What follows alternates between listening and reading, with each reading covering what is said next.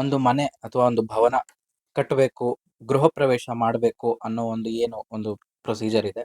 ಇಲ್ಲಿ ಭೂಮಿ ಪೂಜೆ ಅಥವಾ ಗುದ್ಲಿ ಪೂಜೆಯಿಂದ ಹಿಡಿದು ಮನೆ ವಾಸ್ಕಾಲಿಡೋದು, ಹಾಗೆ ಗೃಹ ಪ್ರವೇಶ, ಈ ಎಲ್ಲ ಕಾರ್ಯಕ್ರಮಗಳು ಏನಿದೆ ಇದು ಯಾವ ಯಾವ ಮುಹೂರ್ತಗಳಲ್ಲಿ, ಯಾವ ಯಾವ ದಿನಗಳಲ್ಲಿ ಮಾಡಬೇಕು. ಮುಖ್ಯವಾಗಿ ಗೃಹ ಪ್ರವೇಶವನ್ನ ಒಂದೊಂದು ಪ್ರಾಂತ್ಯದಲ್ಲಿ, ಒಂದೊಂದು ಜಾಗದಲ್ಲಿ ಒಂದೊಂದು ತರ ಮಾಡಿಸ್ತಾ ಇದ್ದಾರೆ ಈಗ ಪುರೋಹಿತರು.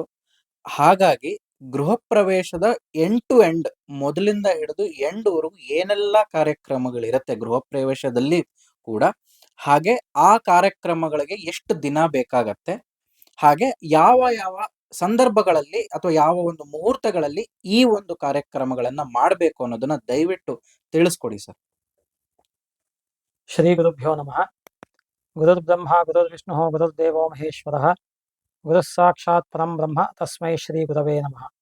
ಸರ್ವೇಭ್ಯೋ ಋಷಿಭ್ಯೋ ನಮಃ, ಸರ್ವೇಭ್ಯೋ ಶಾಸ್ತ್ರ ಪ್ರವರ್ತಕೇಭ್ಯೋ ನಮಃ. ಬಂಧು ಮಿತ್ರರೇ, ಇವತ್ತು ಕೇಳಿರ್ತಕ್ಕಂತಹ ಪ್ರಶ್ನೆಯನ್ನು ನನಗೆ ಒಬ್ಬರು ಇಬ್ಬರು ಕೇಳಿಲ್ಲ, ನೂರಾರು ಜನ ಕೇಳಿದ್ದಾರೆ. ಈ ಕಳೆದ 1-2 ವರ್ಷಗಳಲ್ಲಿ ಇಡೀ ದಕ್ಷಿಣ ಭಾರತದ ಅನೇಕ ಪ್ರಾಂತ್ಯಗಳಿಂದ ನನಗೆ ಏನು ಬೇಡ, ಈ 5-6 ತಿಂಗಳಲ್ಲೇ ನನಗೆ ಹುಬ್ಳಿಯಿಂದ ಫೋನ್ ಮಾಡಿ ಕೇಳಿದ್ರು, ಗುಲ್ಬರ್ಗದಿಂದ ಫೋನ್ ಮಾಡಿ ಕೇಳಿದ್ರು, ಬಿಜಾಪುರದಿಂದ ಫೋನ್ ಮಾಡಿ ಕೇಳಿದ್ರು, ನಮ್ಮ ಹಾಸನದಿಂದ ಕೇಳಿದ್ರು, ಇಲ್ಲಿ ತುಮಕೂರಿಂದ ಕೇಳಿದ್ರು, ಶಿವಮೊಗ್ಗದಿಂದ ಕೇಳಿದ್ರು, ಮೈಸೂರಿಂದ 1-2-3 ಜನ ಫೋನ್ ಮಾಡಿ ಕೇಳಿದ್ರು. ಒಂದೊಂದು ಕಡೆ ಒಂದೊಂದು ಥರ ಗೃಹಪ್ರವೇಶ ಮಾಡಿಸ್ತಾರೆ. ಯಾವ ಥರ, ಏನು ಲೆಕ್ಕಾಚಾರ, ಗುದ್ಲಿ ಪೂಜೆ ಮಾಡೋದಕ್ಕೂ ಅದೇ ಥರ ಇದು ಮಾಡ್ತಾರೆ, ಹೇಗೆ, ಯಾವ ದಿನಶುದ್ಧಿ ಯಾವ ಥರ ಇರಬೇಕು, ಮತ್ತು ಗೃಹಪ್ರವೇಶಕ್ಕೆ ಯಾವ ಥರ ದಿನಶುದ್ಧಿ ಇರಬೇಕು, ಯಾವ ಮುಹೂರ್ತದಲ್ಲಿ ಮಾಡಬೇಕು, ಗೃಹಪ್ರವೇಶದ ಕಂಪ್ಲೀಟ್ ಪ್ರೊಸೀಜರ್ ಏನು, ದಯವಿಟ್ಟು ಇದನ್ನು ಯೂಟ್ಯೂಬ್ ಮಾಡಿ ಅಂತ ನನಗೆ ತುಂಬ ಜನ, ಹುಬ್ಳಿನಲ್ಲಿ ಒಬ್ಬರು ತುಂಬಾ ಒಳ್ಳೆ ಪೊಸಿಷನಲ್ಲಿ ಇರ್ತಕ್ಕಂಥ ಡಾಕ್ಟ್ರು, ಅವರು ಕೂಡ ರೀಸೆಂಟಾಗಿ ಮುಹೂರ್ತ ಇಟ್ಕೊಟ್ಟಿದ್ದೆ ನಾನು, ಏಪ್ರಿಲ್ 29ನೇ ತಾರೀಕು. ಸೊ ಹಾಗಾಗಿ ಕೇಳಿದ್ರು ಅವರು, ಆಯಿತು ಸರ್ ನಾನು ಮಾಡ್ತೀನಿ, ನೆಕ್ಸ್ಟು ಯೂಟ್ಯೂಬು ಅದನ್ನೇ ಮಾಡ್ತೀನಿ ಅಂತ ಹೇಳಿದ್ದೆ. ಹಾಗಾಗಿ ಒಂದು ಜಾಗ ತಗೊಂಡಾಗಿಂದಾನು ಕೂಡ ಗೃಹಪ್ರವೇಶ ಆಗೋ ತನಕನೂ ಕೂಡ ಕಂಪ್ಲೀಟಾಗಿ ಹೇಳ್ತಾ ಹೋಗ್ತೀನಿ, ಕೇಳಿಸ್ಕೊಳ್ತಾ ಹೋಗಿ. ನಾವು ಯಾವ್ಯಾವ ರಾಶಿಯವರಿಗೆ ಯಾವ್ಯಾವ ದಿಕ್ಕಿನ ಸೈಟು ಮತ್ತು ಮೇನ್ ಡೋರ್ ಇಡಬೇಕು ಅನ್ನೋದನ್ನು ಆಲ್ರೆಡಿ ಯೂಟ್ಯೂಬ್ನಲ್ಲಿ 2 ಸತಿ ಮಾಡಿದ್ದೀವಿ. ಇನ್ನೂ ಒಂದು ಸತಿ ಬಹಳ ಸ್ಥೂಲವಾಗಿ ಹೇಳ್ತೀನಿ, ಕೇಳಿಸ್ಕೊಂಬಿಡಿ, ಕರೆಕ್ಟಾಗಿ ಅರ್ಥ ಮಾಡ್ಕೊಳ್ಳಿ. ಯಾವತ್ತೂ ನೀವು ಒಂದು ಜಾಗನ ತಗೊಳ್ತೀರಾ ಅಂದರೆ ಅಡ್ವಾನ್ಸ್ ಮಾಡೋಕ್ಕೆ ಮುಂಚೆ ಫಸ್ಟು ಆ ಜಾಗವನ್ನು ವಾಸ್ತು ತಿಳಿದಿರ್ತಕ್ಕಂಥವ್ರಿಗೆ ತೋರಿಸಿ. ಫಾರ್ ಎಕ್ಸಾಂಪಲ್ ನನ್ನನ್ನು ಕರೀತು ಅಂದರೆ ನಾನು ಬಂದು ನೋಡ್ತೀನಿ ಜಾಗನ ಖುದ್ದಾಗಿ, ಹಾಗೆ ನಾನು ಹೇಳ್ತಿರೋದು. ನನ್ನನ್ನೇ ಕರೀರಿ ಅಂತ ಹೇಳ್ತಿಲ್ಲ, ನಾನು ಎಲ್ಲ ಕಡೆ ವಾಸ್ತು ನೋಡೋಕ್ಕೆ ಹೋಗ್ತೀನಿ, ಅದನ್ನು ಹೇಳಿದ್ದಷ್ಟೇ. ಹಾಗಾಗಿ ಫಸ್ಟು ಜಾಗ ತೋರಿಸಿ. ಜಾಗ ನೋಡಿದ ಮೇಲೆ ನಿಮ್ಮ ರಾಶಿಗೆ ಆ ದಿಕ್ಕು ಆಗ್ಬರುತ್ತೆ ಅನ್ನೋದನ್ನು ನೋಡ್ಕೊಳ್ಳಿ. ಯಾಕೆಂದರೆ ಜಸ್ಟು ಭಾಳ ರೀಸೆಂಟಾಗಿ ಯಾವುದೋ ಬಂದಿದ್ವು, ಪಶ್ಚಿಮಕ್ಕೆ ಸೈಟ್ ಇದೆ, ಪೂರ್ವಕ್ಕೆ ಬಾಗಿಲು ಇಟ್ಕೊಂಡಿದ್ದೀವಿ ನಾವು. ಪಶ್ಚಿಮಕ್ಕೆ ಸೈಟ್ ಇದೆ, ಪೂರ್ವಕ್ಕೆ ಬಾಗಿಲು ಹೆಂಗೆ ಇಟ್ಕೊಳ್ತೀರಾ ಅಂತ ಕೇಳಿದೆ ನಾನು. ಇಲ್ಲ ಯಾವುದೋ ಹೇಳಿದ್ರು ಹಂಗೆ. ಇದೆಲ್ಲ ಎಡವಟ್ಟುಗಳು ಆಗುತ್ತೆ ಕೆಲವು ಸತಿ. ಎಕ್ಸಾಕ್ಟ್ ಆಪೋಸಿಟಲ್ಲಿ ಬಾಗಿಲು ಇಟ್ಕೊಂಡು ಓಡಾಡೋದು ಎಲ್ಲನೂ ಭಾಳ ಕಷ್ಟ ಆಗುತ್ತೆ. ಅದಕ್ಕೋಸ್ಕರನೇ ಬಹಳ ಒಂದೇ ಸೆಂಟೆನ್ಸಲ್ಲಿ ಹೇಳ್ಬಿಡ್ತೀನಿ, ಒಂದೇ ಸತಿ ಕರೆಕ್ಟಾಗಿ ಅರ್ಥ ಮಾಡ್ಕೊಳ್ಳಿ. ಮೇಷ, ಸಿಂಹ, ಧನಸ್ಸು ರಾಶಿನಲ್ಲಿ ಹುಟ್ಟಿರ್ತಕ್ಕಂಥವರು ಉತ್ತರ ದಿಕ್ಕಿಗೆ ಬಾಗಿಲು, ಸೈಟು ಅಥವಾ ಮೇನ್ ಡೋರ್, ಸೈಟು ಅಥವಾ ಮೇನ್ ಡೋರ್ ಅನ್ನೋದು ಅಂಡರ್ಸ್ಟುಡ್ ಇಟ್ಕೋಬೇಕು, ಅಥವಾ ಅಂಥದ್ದನ್ನು ತಗೋಬೇಕು. ವೃಷಭ, ತುಲಾ, ಕುಂಭ ರಾಶಿಯವರು ಪಶ್ಚಿಮ ದಿಕ್ಕಿಗೆ ಸೈಟು ಅಥವಾ ಮೇನ್ ಡೋರು ಇರಬೇಕು. ಮಿಥುನ, ಕನ್ಯಾ, ಮಕರ ರಾಶಿಯವರು ದಕ್ಷಿಣ ದಿಕ್ಕಿಗೆ ಸೈಟು ಅಥವಾ ಮೇನ್ ಡೋರ್ ಇರಬೇಕು. ಸೈಟು ಅಥವಾ ಅನ್ನೋ ಬದಲು ಸೈಟು ಮತ್ತು ಮೇನ್ ಡೋರ್ ಅಂತಲೂ ಬೇಕಾದ್ರೆ ಇಟ್ಕೊಳ್ಳಿ, ಅದು ಇಂದಿದ್ದು ಸೂಕ್ತ. ಮತ್ತು ಕಟಕ, ವೃಶ್ಚಿಕ, ಮೀನ ರಾಶಿಯವರು ಪೂರ್ವ ದಿಕ್ಕಿಗೆ ಸೈಟು ಅಥವಾ ಮೇನ್ ಡೋರು, ಸೈಟು ಮತ್ತು ಮೇನ್ ಡೋರ್ ಇರ್ತಕ್ಕಂಥದ್ದನ್ನು ತಗೋಬೇಕು ಅಥವಾ ಕಟ್ಟಿಸ್ಬೇಕು. ಇದು ಬಹಳ ಇಂಪಾರ್ಟೆಂಟ್. ಇನ್ನು ಒಂದೇ ಸಿಂಪಲ್ ಸೆಂಟೆನ್ಸಲ್ಲಿ ಹೇಳಬೇಕು ಅಂದರೆ, ಹಾವು ವಾಸ ಮಾಡ್ತಕ್ಕಂತಹ, ಹುತ್ತ ಇರತಕ್ಕಂತಹ ಸೈಟನ್ನು ಕೊಂಡ್ಕೋಬಾರ್ದು, 3 ದಾರಿ ಸೇರ್ತಕ್ಕಂತಹ ಜಾಗವನ್ನು ಕೊಂಡ್ಕೋಬಾರ್ದು, ಅಕ್ಕಪಕ್ಕ ಹಿಂದೆ ಮುಂದೆ ಎಲ್ಲ ದೇವಸ್ಥಾನ ಆಗಲಿ ಆಸ್ಪತ್ರೆ ಆಗಲಿ ಇರ್ತಕ್ಕಂಥದ್ದನ್ನು ಕೊಂಡ್ಕೋಬಾರ್ದು, ಒಂದು ರೋಡ್ನಲ್ಲಿ ಒಂದು ಲೈನ್ ಮನೆ ಇದ್ದು ಇನ್ನೊಂದು ಕಡೆ ಪಾರ್ಕ್ ಇರುತ್ತೆ, ಆ ಥರ ಏನೋ ಖಾಲಿ ಫೀಲ್ಡ್ ಇರುತ್ತೆ ಅನ್ನೋದನ್ನು ಕೊಂಡ್ಕೋಬಾರ್ದು ಅನ್ನೋದನ್ನು ಹೇಳುತ್ತೆ ಶಾಸ್ತ್ರದಲ್ಲಿ. ಯಾಕೆಂದರೆ ಅಲ್ಲಿ ಕೂತ್ಕೊಂಡು ಯಾವುದೋ ಅಬ್ಸರ್ವ್ ಮಾಡ್ತಿದ್ರೆ ನಿಮ್ಗೆ ಏನು ಗೊತ್ತಾಗೋದಿಲ್ಲ. ನೀವು ಏನು CCTV ಹಾಕಿದ್ವು ಅವ್ರು ಪಾಡ್ಗೆ ಓಡಾಡ್ತಾನೆ ಅಬ್ಸರ್ವ್ ಮಾಡ್ತಿರ್ತಾರೆ. ಈ ಥರದ್ದೆಲ್ಲ ಆಗುತ್ತೆ. ಹಾಸ್ಪಿಟಲ್ ಇತ್ತು ಅಂದರೆ ಸುಮ್ಮನೆ ಇನ್ಫೆಕ್ಷನ್ಸ್ ಆಗುತ್ತೆ ಅಕ್ಕಪಕ್ಕ ಎದುರುಗಡೆ ಇರೋವಂಥವ್ರಿಗೆ. ದೇವಸ್ಥಾನದ ಗರುಡ ಕಂಬದ ನೆರಳು ಬೀಳಬಾರ್ದು ಅಂತ ಹೇಳುತ್ತೆ. ಅರಳಿ ಮರ, ಆಲದ ಮರದ ಕೊಂಬೆ ನಮ್ಮ ಸೈಟ್ ಮೇಲೆ ಬರಬಾರ್ದು ಅಂತ ಹೇಳುತ್ತೆ. ಮತ್ತೆ ದಕ್ಷಿಣ ದಿಕ್ಕು ಮತ್ತೆ ಪಶ್ಚಿಮ ದಿಕ್ಕು ತಗ್ಗು ಇರಬಾರ್ದು ಅಂತ ಹೇಳುತ್ತೆ ರಸ್ತೆಗೆ ಅಥವಾ ಸೈಟ್ನಲ್ಲಿ.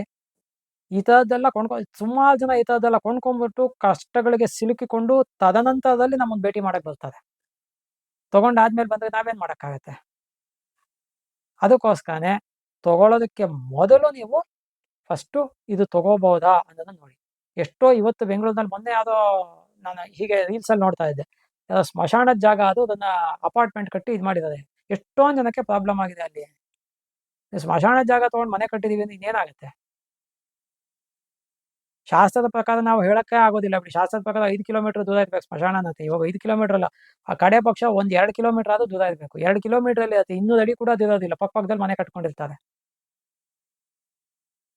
ಅದೆಲ್ಲ ಮನೆಗೆ ನೀರು, ಮಳೆಗಾಲ ಬಂತು ಅಂದ್ರೆ ಮನೆಗೆ ನೀರು ನುಗ್ತು. ನೀರು ಯಾಕೆ ನುಗ್ತು ನಿಮಗೆ? ನೀವು ಕೆರೆನ ಒತ್ತುವರಿ ಮಾಡ್ಕೊಂಡು ಜಾಗ ಕಟ್ತು ಅಂದ್ರೆ ಕೆರೆ ನೀರಿದ್ದ ಜಾಗಕ್ಕೆ ನೀರು ವಾಪಸ್ ಬಂದಿದೆ ಅಷ್ಟೇ ಮಳೆ ಬಂದಾಗ. ತಪ್ಪು ನಿಮ್ದು, ಕೆರೆದಲ್ಲ. ಇದೆಲ್ಲ ನೋಡ್ಕೋಬೇಕಾಗತ್ತೆ. ಇನ್ನು ಡೈರೆಕ್ಟ್ ಆಗಿ ವಿಷಯಕ್ಕೆ ಬರೋದಿತ್ತು ಅಂದ್ರೆ, ಮೊದಲನೇದು ಸೈಟ್ ತಗೊಂಡ ಮೇಲೆ ನೀವು ಆ ಸೈಟನ್ನ ಶುದ್ಧಿ ಮಾಡಬೇಕು. ಅದನ್ನೇ ಭೂಮಿ ಪೂಜೆ ಅಥವಾ ಗುದ್ಲಿ ಪೂಜೆ ಅಂತ ಕರೆಯೋದು. ಒಂದು ಭವನ ಕಟ್ಟಬೇಕಾದ್ರೆ, ಮನೆ ಆಗಲಿ ಕಮರ್ಷಿಯಲ್ ಬಿಲ್ಡಿಂಗ್ ಆಗಲಿ, ಭವನ ಅಂತ ಕರಿತೀವಿ ನಾವು ಡೈರೆಕ್ಟ್ ಆಗಿ. ಅದನ್ನು ಕಟ್ಟಬೇಕಾದ್ರೆ ಶುದ್ಧಿ ಮಾಡಬೇಕು ಸ್ಥಳವನ್ನ. ಭೂಮಿ ಪೂಜೆ ಅಂತ ಕರಿತೀವಿ ನಾವು, ಅಥವಾ ಗುದ್ದಲಿ ಪೂಜೆ ಅಥವಾ ಶಂಕುಸ್ಥಾಪನೆ, ಈ ಥರ ಏನೇನೋ ಹೆಸರುಗಳಿಂದ ಕರೀತಾರೆ ಜನ. ಸೊ ಭೂಮಿ ಪೂಜೆ ಅಥವಾ ಗುದ್ದಲಿ ಪೂಜೆ ಅನ್ನತಕ್ಕಂಥದ್ದು ಆಡು ಭಾಷೆ ಕಾಮನ್ನು. ಈ ಗುದ್ದಲಿ ಪೂಜೆ ಮಾಡಬೇಕು ನೀವು ಅಂದಾಗ ಸಾಮಾನ್ಯವಾಗಿ ಆ ಯಾವ ಜಾಗದಲ್ಲಿ ನೀವು ಗುದ್ದಲಿ ಪೂಜೆ ಮಾಡ್ತೀರಾ, ಸಾಮಾನ್ಯವಾಗಿ ನಮ್ಮ ಕರ್ನಾಟಕ ಸಂಪ್ರದಾಯದಲ್ಲಿ ದೇವಮೂಲೆನಲ್ಲಿ ಒಂದು 10x10 15x15 ಜಾಗನ ಸಮ ಮಾಡಿಕೊಂಡು ನೆಲನ ಅಲ್ಲಿ ಗುದ್ದಲಿ ಪೂಜೆ ಮಾಡ್ತಕ್ಕಂಥ ಪದ್ಧತಿ ಇದೆ. ಸಂಪ್ರದಾಯ ಅಂತ ಕರೀತದೋ ಪದ್ಧತಿ ಅಂತ ಕರೀತದೋ ಏನೋ, ಅದು ಪದ್ಧತಿ ಅಥವಾ ಸಂಪ್ರದಾಯ ಅಥವಾ ಪದ್ಧತಿ ಬಂದಿದೆ. ಹಾಗೆ ಮಾಡ್ತಕ್ಕಂಥದ್ದು ಒಳ್ಳೆಯದು, ಇಲ್ಲ ಅಂತ ಹೇಳೋದಿಲ್ಲ ಅದನ್ನ. ಈ ಗುದ್ದಲಿ ಪೂಜೆಯನ್ನು ಮಾಡಬೇಕಾದಾಗಲೂ ಕೂಡ ಮುಖ್ಯವಾಗಿ ನೀವು ರಾಹುಕಾಲ, ಗುಳಿಕಾಲ, ಯಮಗಂಡ ಕಾಲ, ಅರ್ಧಪ್ರಹರ ಕಾಲ ಯಾವುದು ಇರಕೂಡದು. ಗೌರಿ ಪಂಚಾಂಗ ನೋಡಬೇಕು. ಗೌರಿ ಪಂಚಾಂಗಕ್ಕೆ ಪ್ರಮಾಣ ಇದೆ ಅಂತ ಮೊನ್ನೆ ಯಾವುದೋ ಜ್ಯೋತಿಷಿಗಳೇ ನನಗೆ ಫೋನ್ ಮಾಡಿ ಕೇಳಿದ್ರು, ಬೇರೆ ಊರಿಂದ. ಅದು ಎಲ್ಲಿ ಅಂದರೆ ವಿಜಯಪುರ, ಅಲ್ಲಿಂದ ಫೋನ್ ಮಾಡಿದ್ರು. ನಮ್ಮ ತಂದೆಯವರೆಲ್ಲ ಜ್ಯೋತಿಷಿಗಳಾಗಿದ್ದು ನಾನು ಸ್ವಲ್ಪ ತಿಳ್ಕೊಂಡಿದ್ದೀನಿ. ಈ ಗೌರಿ ಪಂಚಾಂಗ ಅಂತ ನನಗೆ ಯಾವುದೋ ಇಲ್ಲಿ ಮೈಸೂರಿನವ್ರು ಕೇಳಿದ್ರು, ಅದು ಇದೆಯಾ ಅಂತ. ಇದೆ ಸರ್ ಅಂತ. ಯಾಕಂದ್ರೆ ನಾನು ರಿಸರ್ಚ್ ಮಾಡಬೇಕಾದ್ರೆ ಸಿಕ್ಕಿದೆ ನನಗದು. ಬೇಕಾದ್ರೆ ನಾನು ತೋರಿಸ್ತೀನಿ. ನಮ್ಮ ಸ್ಟೂಡೆಂಟ್ ಮನೇಲಿ ಆ ಬುಕ್ ಇಟ್ಟಿದ್ದೀನಿ ನಾನು. ನಾವೆಲ್ಲಾನು ಕರೋನಾ ಟೈಮಲ್ಲಿ ಸುಮಾರು 150-160 ಗ್ರಂಥಗಳನ್ನು ಸಾಫ್ಟ್ ಕಾಪಿ ಇದನ್ನೆಲ್ಲ ಫಾರಿನ್ ಯೂನಿವರ್ಸಿಟಿಗಳಲ್ಲಿ ಹಾರ್ಡ್ ಕಾಪಿ ಮಾಡಿಸಿದ್ವಿ. ಅದರೊಳಗೆ ನಮ್ಮ ತಂದೆ ಹೇಳಿದರು, ನಮ್ಮ ತಂದೆಗೆ ಯಾವುದು ಸಿಕ್ಸ್ತ್ ಸೆನ್ಸ್ ಫ್ಲ್ಯಾಶ್ ಆಗಿತ್ತೋ ನನಗೆ ಗೊತ್ತಿಲ್ಲ. ಒಂದು 30-35 ವರ್ಷದ ಕೆಳಗೋ 40 ವರ್ಷದ ಕೆಳಗೋ ಹೇಳಿದ್ರು ಅದು. ಗೌರಿ ಪಂಚಾಂಗ ಅನ್ನೋದು ಆಂಧ್ರ ಕಡೆಯಿಂದ ಬಂದಿರತಕ್ಕಂಥದ್ದು, ಅದು ಎಲ್ಲೋ ಇದೆ ಅಂತ. ನಾನು ಹೀಗೆ ಮೂಲ ಗ್ರಂಥಗಳನ್ನು ಹುಡುಕ್ಬೇಕಾದ್ರೆ ಆಂಧ್ರ ಲಿಪಿನಲ್ಲಿ ಇರ್ತಕ್ಕಂತಹ, ತೆಲುಗು ಲಿಪಿನಲ್ಲಿ ಇರ್ತಕ್ಕಂಥ ಮೂಲ ಗ್ರಂಥದಲ್ಲಿ ನನಗೆ ಗೌರಿ ಪಂಚಾಂಗ ಸಿಕ್ತು. ಅದನ್ನ ಇಟ್ಕೊಂಡು ನಾನು ಒಂಟಿಕೊಪ್ಪಲ್ ಪಂಚಾಂಗಕ್ಕೆ ಟ್ಯಾಲಿ ಮಾಡಿ ನೋಡಿದೆ. ಅದೇ ಒಂಟಿಕೊಪ್ಪಲ್ ಪಂಚಾಂಗದಲ್ಲಿ ಒಂದು ಸಣ್ಣ ಮಿಸ್ಟೇಕ್ ಆಗಿದೆ, ಅದನ್ನ ನಾನು ನಿಮಗೆ ಇಲ್ಲೇ ಹೇಳಿರ್ತೀನಿ. ಅವ್ರಿಗೆ ನಾನು ಈಗ ಒಂದು 15-20 ವರ್ಷದ ಕೆಳಗೆ ಲೆಟರ್ ಕೂಡ ಬರೆದಿದ್ದೆ. ಅದೇನೋ ಅವಾಗೆಲ್ಲ ಪತ್ರ ಬರೆಯೋ ಕಾಲ, 20 ವರ್ಷದ ಕೆಳಗೆಲ್ಲ ನಾನು. ಅದಕ್ಕೆ ಅಟ್ಯಾಚ್ ಆಗಿ ಇನ್ನೊಂದು ಪತ್ರನ ಬಂದಿರುತ್ತೆ, ರಿಪ್ಲೈ ಕಾರ್ಡು. ಅದನ್ನು ಸೇರಿಸಿ ಬರೆದಿದ್ದೆ. ಅವ್ರೇನು ರಿಪ್ಲೈ ಕೊಡಲಿಲ್ಲ ನನಗೆ ಅದಕ್ಕೆ ಆ್ಯಕ್ಚುಯಲ್ ಆಗಿ. ಬುಧವಾರದ ದಿನ 9ರಿಂದ 10ವರೆಗೆ ಒಂದು ಗಳಿಗೆ ಇದೆ ಅದಕ್ಕೆ. ಬುಧವಾರದ ದಿನ 9ರಿಂದ 10ವರೆ ಅನ್ನೋದು ಏನು ಇದೆ ಅದಕ್ಕೆ ಗಳಿಗೆ ಇದೆ. ಅದಕ್ಕೆ ಬುಧವಾರದ ದಿನ ಬಂದೆ, ಒಂದು ನಿಮಿಷ ಇಲ್ಲೇ ನೋಡ್ತಾ ಇದ್ದೀನಿ ನಾನು. ಬುಧವಾರ ದಿನ 9ರಿಂದ 10ವರೆ ಶುಭಗಳಿಗೆ ಇದೆ. ಅದನ್ನು ಅವರು ರೋಗಗಳಿಗೆ ಅಂತಲೇ ಏನೋ ತಪ್ಪು ಪ್ರಿಂಟ್ ಮಾಡಿರೋದೆ. ಈ ಒಂದು 20-25 ವರ್ಷದ ಕೆಳಗಿನ ಪಂಚಾಂಗಗಳು ನೋಡಿದ್ರೆ ಕರೆಕ್ಟ್ ಆಗಿದೆ. ಅದಾದಮೇಲೆ ಯಾವಾಗಲೂ ಸ್ವಲ್ಪ ತಪ್ಪು ಪ್ರಿಂಟ್ ಆಗಿದೆ, ಅದು ಹಾಗೇ ಪ್ರಿಂಟ್ ಹಾಕೊಂಡ್ಬಂದಿದೆ. ಅದನ್ನು ನಾನು ಪೋಸ್ಟ್ ಕಾರ್ಡಲ್ಲಿ ಯಾವಾಗಲೂ ಈ ಒಂದು 20 ವರ್ಷಕ್ಕಿಂತ ಹಿಂದೆ 20-25 ವರ್ಷನೇ ಆಗ್ತಾ ಬಂತೇನೋ ರಿಪ್ಲೈ ಕಾರ್ಡ್ ಜೊತೆಗೆ ಬರೆದಿದ್ದೆ. ಅದು ರಿಪ್ಲೈ ಬರಲಿಲ್ಲ ಅವರಿಂದ. ಅದನ್ನು ಇವಾಗಲಾದರೂ ಅಟ್ಲೀಸ್ಟ್ ಈ ವಿಡಿಯೋನ ಬೇಕಾದ್ರೆ ಯಾರಿಗಾದ್ರೂ ಶೇರ್ ಮಾಡಿ ಅವ್ರಿಗೆ. ಯಾಕೆಂದ್ರೆ ನಾನು ಮೂಲ ಗ್ರಂಥನ ನೋಡಿದ್ದೀನಿ, ಆಂಧ್ರ ಲಿಪಿನಲ್ಲಿ ಇರ್ತಕ್ಕಂಥದ್ದನ್ನು ಇಲ್ಲಿ ಇಟ್ಕೊಂಡಿದ್ದೀನಿ. ರಿಸರ್ಚ್ ಮಾಡಿ ಬರೆದಿಟ್ಟಿದ್ದೀನಿ. ರಿಸರ್ಚ್ ಮಾಡಿ ಎಲ್ಲ ಗಳಿಗೆಗಳನ್ನು ಬರೆದಿಟ್ಟಿದ್ದೀನಿ. ಮತ್ತು ರಾಹುಕಾಲ, ಗುಳಿಕಾಲ, ಯಮಗಂಡ ಕಾಲ, ಅರ್ಧಪ್ರಹರ ಕಾಲ, ಹಗಲು ರಾತ್ರಿ ಎರಡೂ ಇದೆ. 1940-41ನೇ ಪಂಚಾಂಗ, ಅದನ್ನು ನೋಡಿ ಬರೆದಿಟ್ಟಿದ್ದೀನಿ ನಾನು. 84-85 ವರ್ಷದ ಕೆಳಗಿನ ಪಂಚಾಂಗ ನೋಡಿ ಬಲ್ತೀನಿ. ಇವಾಗೆಲ್ಲ ಕೊಡ್ತಾ ಇಲ್ಲ ಅದನ್ನು. ಇದನ್ನೆಲ್ಲ ನಾನು ರಿಸರ್ಚ್ ಮಾಡಿ ಬರೆದಿಟ್ಟಿದ್ದೀನಿ. ಹಾಗಾಗಿ ನಮಗೆ ಇಲ್ಲಿ ಏನಾಗಿದೆ ಅಂದರೆ, ಬುಧವಾರದ ದಿನ 9ರಿಂದ 10ವರೆ ಶುಭಗಳಿಗೆ ಇರ್ತಕ್ಕಂಥದ್ದು, ಅದೊಂದು ತಪ್ಪು ಪ್ರಿಂಟ್ ಆಗಿದೆ. ಯಾಕೆ ಇದನ್ನು ಹೇಳ್ತಿದ್ದೀನಿ ನಿಮಗೆ ಅಂದರೆ, ಮುಂದಕ್ಕೆ ಯಾವುದೋ ಅಕಸ್ಮಾತ್ ಜ್ಯೋತಿಷಿಗಳು ಅಥವಾ ನೀವು ಯಾರು ಭೇಟಿ ಮಾಡ್ತಿರೋ ಮುಹೂರ್ತ ಇಟ್ಕೊಳ್ಳೋಕ್ಕೆ ಯಾವುದೋ ನೋಡಿ ಬುಧವಾರ 9ರಿಂದ 10ವರೆ ರೋಗಗಳಿಗೆ ಇದೆ ಅಂತ ತೋರಿಸ್ತಾರೆ. ಅದು ತಪ್ಪು. ಶುಭಗಳಿಗೆ ಇದೆ, ತಿದ್ದುಗೊಳ್ಳಿ.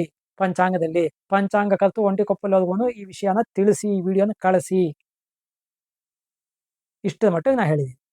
ಸೊ ಹಾಗಾಗಿ ಏನಾಗಿದೆ ಅಂದರೆ ಇದು ನಮಗೆ ಇದೆಲ್ಲವನ್ನು ನೋಡಬೇಕು. ಯಾತಕ್ಕೆ ಅಂದರೆ ನಾವು ಲಾಭಗಳಿಗೇನಲ್ಲಿ, ಉದ್ಯೋಗಗಳಿಗೇನಲ್ಲಿ, ಧನಗಳಿಗೇನಲ್ಲಿ, ಅಮೃತಗಳಿಗೇನಲ್ಲಿ ಮುಹೂರ್ತ ಇಡಬೇಕು. ಯಾವುದೇ ಮುಹೂರ್ತ, ಗರ್ಭಾಧಾನದಿಂದ ಹಿಡಿದು ವಿವಾಹ ತನಕನೂ ಕೂಡ ಎಲ್ಲ ಮುಹೂರ್ತಗಳು ಕೂಡ ಇದಿಷ್ಟೇ. ಇದರೊಳಗೆ ವಿಷಗಳಿಗೇನಲ್ಲಿ ಇಡಬಾರ್ದು, ರೋಗಗಳಿಗೇನಲ್ಲಿ ಇಡಬಾರ್ದು, ಜ್ವರಗಳಿಗೇನಲ್ಲಿ ಇಡಬಾರ್ದು.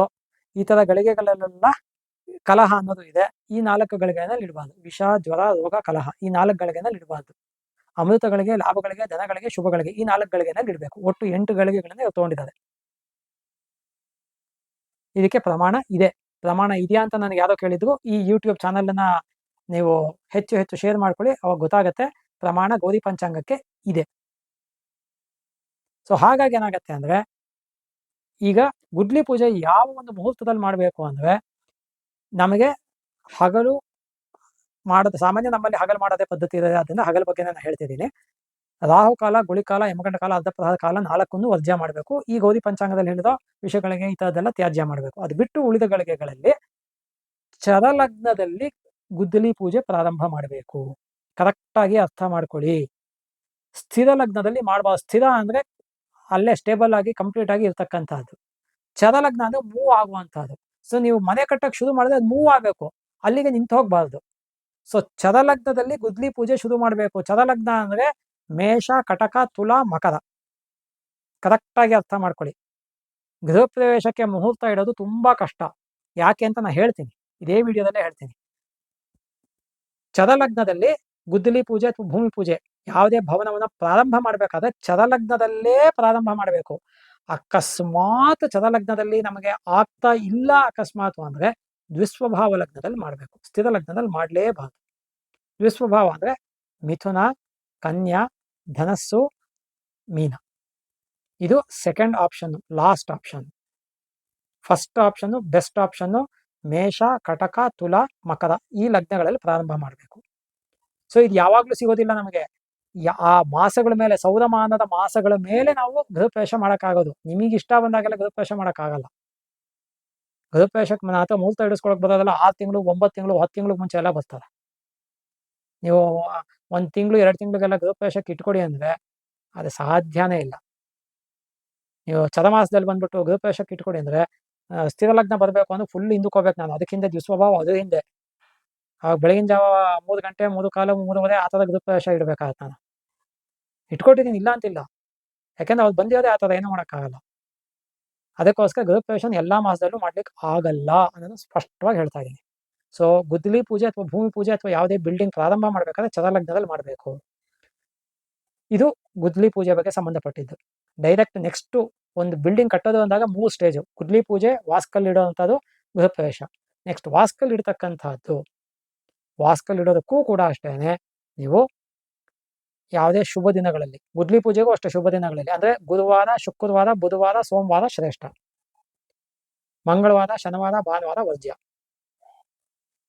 ಎಮರ್ಜೆನ್ಸಿ ಕೇಸು ಬೇರೆ ಎಲ್ಲಾನು ಕೂಡ ತಿಥಿ, ನಕ್ಷತ್ರ, ಯೋಗಕರಣ ಚೆನ್ನಾಗಿದ್ದರೆ ಭಾನುವಾರ ಶುಭಗಳಿಗೆ ಸಿಕ್ಕೋದಿದ್ದರೆ ಒಂದು ಆಪ್ಷನ್ ಆಗಿ ಇಟ್ಕೋಬಹುದು. ಮದುವೆಗಂತೂ ಕಡಾಖಂಡಿತ ನಿಷಿದ್ಧ. ಎಲ್ಲಾ ವಿಡಿಯೋದಲ್ಲೂ ಹೇಳ್ತಾ ಇರ್ತೇನೆ ನಾನು ಅದನ್ನ. ಸೊ ಹಾಗಾಗಿ ಗುರುವಾರ, ಶುಕ್ರವಾರ, ಬುಧವಾರ, ಸೋಮವಾರ ಇಡಬೇಕು. ಬುಧವಾರ ಇಡೋದಿದ್ರೆ ನೀವು ಬೆಳಗ್ಗೆ 9ರಿಂದ 10:30, ಸೂರ್ಯೋದಯ 6 ಗಂಟೆಗಿದ್ದಾಗ 9ರಿಂದ 10:30 ಮಾತ್ರ ಇಡ್ಲಿಕ್ಕಾಗೋದು ಬುಧವಾರ. ಬೆಳಗ್ಗೆ 6ರಿಂದ 7:30 ಆಗಲ್ಲ, 7ರಿಂದ 9 ಆಗಲ್ಲ, 10ರಿಂದ 12 ಆಗೋದಿಲ್ಲ, ಗುಳಿಕಾಲ ಆಗುತ್ತೆ. ಸೊ 12 ಹೋದ್ರೆ ರಾವು ಕಾಲ ಆಗುತ್ತೆ. 9ರಿಂದ 10:30 ಮಾತ್ರ ಸಿಗೋದು ಬುಧವಾರ ಇಡೋದಕ್ಕೆ. ಸಾಮಾನ್ಯ ನಾನು ಬುಧವಾರ ಮುಹೂರ್ತ ಇಡೋದು ತುಂಬಾನೇ ಕಮ್ಮಿ, ಯಾಕೆಂದ್ರೆ ಅದು ಒಂದೇ ಟೈಮ್ ಸಿಗೋದು. ಸೋಮವಾರ, ಗುರುವಾರ, ಶುಕ್ರವಾರ ಕಾದ್ರೆ ನಮ್ಗೆ 2 ಟೈಮಿಂಗ್ ಸಿಗುತ್ತೆ ಮುಹೂರ್ತ ಇಡೋದಕ್ಕೆ. ಸೊ ಹಾಗಾಗಿ ಇದೆಲ್ಲ ಆ ಮುಹೂರ್ತ ಟೈಮಿಂಗ್ಸ್ಗೂ ಕೂಡ ನಾನು ಇದುವರೆಗೂ ಆಚೆ ಕಡೆ ಪ್ರಪಂಚಕ್ಕೆ ಬಿಟ್ಟೇ ಇಲ್ಲ. ಕೆಲವೇ ದಿನಗಳಲ್ಲಿ ಬಿಡ್ತೀನಿ ನಾನು. ಯಾವ್ಯಾವ ದಿನ ಯಾವ್ಯಾವ ಮುಹೂರ್ತ ಇಡ್ಬೋದು, ಮುಹೂರ್ತ ಇಡ್ಬೋದಾದಂತಹ ಗಳಿಗೆಗಳು ಯಾವುದು, ಟೈಮಿಂಗ್ಸು, ಇದು ಬಿಟ್ಟು ಬೇರೆ ಯಾವ ಟೈಮಿಂಗ್ಸು ಇಡೋಂಗಿಲ್ಲ ಅನ್ನೋದನ್ನ ಸುಮಾರು 80-85 ವರ್ಷದ ಪಂಚಾಂಗಗಳನ್ನೆಲ್ಲ ರಿಸರ್ಚ್ ಮಾಡಿ, ಗಳಿಗೆಗಳನ್ನೆಲ್ಲ ರಿಸರ್ಚ್ ಮಾಡಿ, ಹಗಲು ರಾತ್ರಿ ಕಾಲ, ರಾತ್ರಿ ರಾಹು ಕಾಲ, ಹಗಲು ಕುಳಿಕಾಲ, ರಾತ್ರಿ ಕುಳಿಕಾಲ ಈ ಥರದ್ದೆಲ್ಲ ರಿಸರ್ಚ್ ಮಾಡಿ ಬರ್ದಿಟ್ಟಿದ್ದೀನಿ ನಾನು. 2001 ಬರ್ದಿಟ್ಟಿದ್ದೀನಿ. ಅವತ್ತಿಂದ ಇವತ್ತಿನ ತನಕ ಯಾರಿಗೂ ಕೊಟ್ಟಿಲ್ಲ ನಾನು. ಸೊ ಇನ್ನು ಮುಂದಕ್ಕೆ ನಾನು ಇರ್ತೀನೋ ಇದಲ್ಲೋ ಅನ್ನೋ ಲೆಕ್ಕಾಚಾರದಲ್ಲಿ ಅದನ್ನು ಪ್ರಪಂಚಕ್ಕೆ ಬಿಡ್ತೀನಿ ಅನ್ನೋದನ್ನ ಕೆಲವೇ ದಿನಗಳಲ್ಲಿ ನಿರೀಕ್ಷಿಸಿ ಅದನ್ನು ಕೂಡ ಬಿಡ್ತೀನಿ. ಅದನ್ನು ಬಿಟ್ಟ ಮೇಲೆ ಯಾವ ಜ್ಯೋತಿಷಿಗಳ ಆಟನೂ ನಡೆಯಕ್ಕೆ ಸಾಧ್ಯನೇ ಇಲ್ಲ. ನಾನು ಏನು ಮಾಡಿದ್ದೀನಿ ಮೋಸ್ಟ್ ಅಥೆಂಟಿಕ್ ಆಗಿ ಮಾಡಿದ್ದೀನಿ, ಅದೇ ಟೈಮಿಂಗ್ಸಲ್ಲೇ ಮುಹೂರ್ತ ಇಟ್ಕೊಳ್ಬೇಕಾಗುತ್ತೆ. ಅದಕ್ಕೆ ಬೇರೆದೆಲ್ಲ ಹೊಂದಬೇಕು. ಹಾಗೆ ಹಾಗೆ ಮಾಡಿಟ್ಟಿದ್ದೀನಿ. ಸೊ ಇನ್ನು ವಾಸ್ಕಲ್ ಪೂಜೆಗೂ ಕೂಡ ಅಷ್ಟೇ ಗುರುವಾರ, ಶುಕ್ರವಾರ, ಸೋಮವಾರ ಮತ್ತು ಬುಧವಾರ ಈ 4 ದಿನಗಳಲ್ಲಿ ನಿಮಗೆ ತಾರಾಬಲ ಚಂದ್ರಬಲ ಬರ್ತಕ್ಕಂಥ ದಿನದಲ್ಲೇ ಗುದ್ಲಿ ಪೂಜೆ ಶುರು ಮಾಡಬೇಕು, ವಾಸ್ಕಲ್ಲು ಇಡಬೇಕು. ಯಾರು ಕೂತ್ಕೊಂಡು ಹಸೆಮಣೆ ಮೇಲೆ ಮಾಡ್ತಾರೆ ಅವ್ರಿಗೆ ತಾರಾಬಲ ಲೆಕ್ಕಾಚಾರ.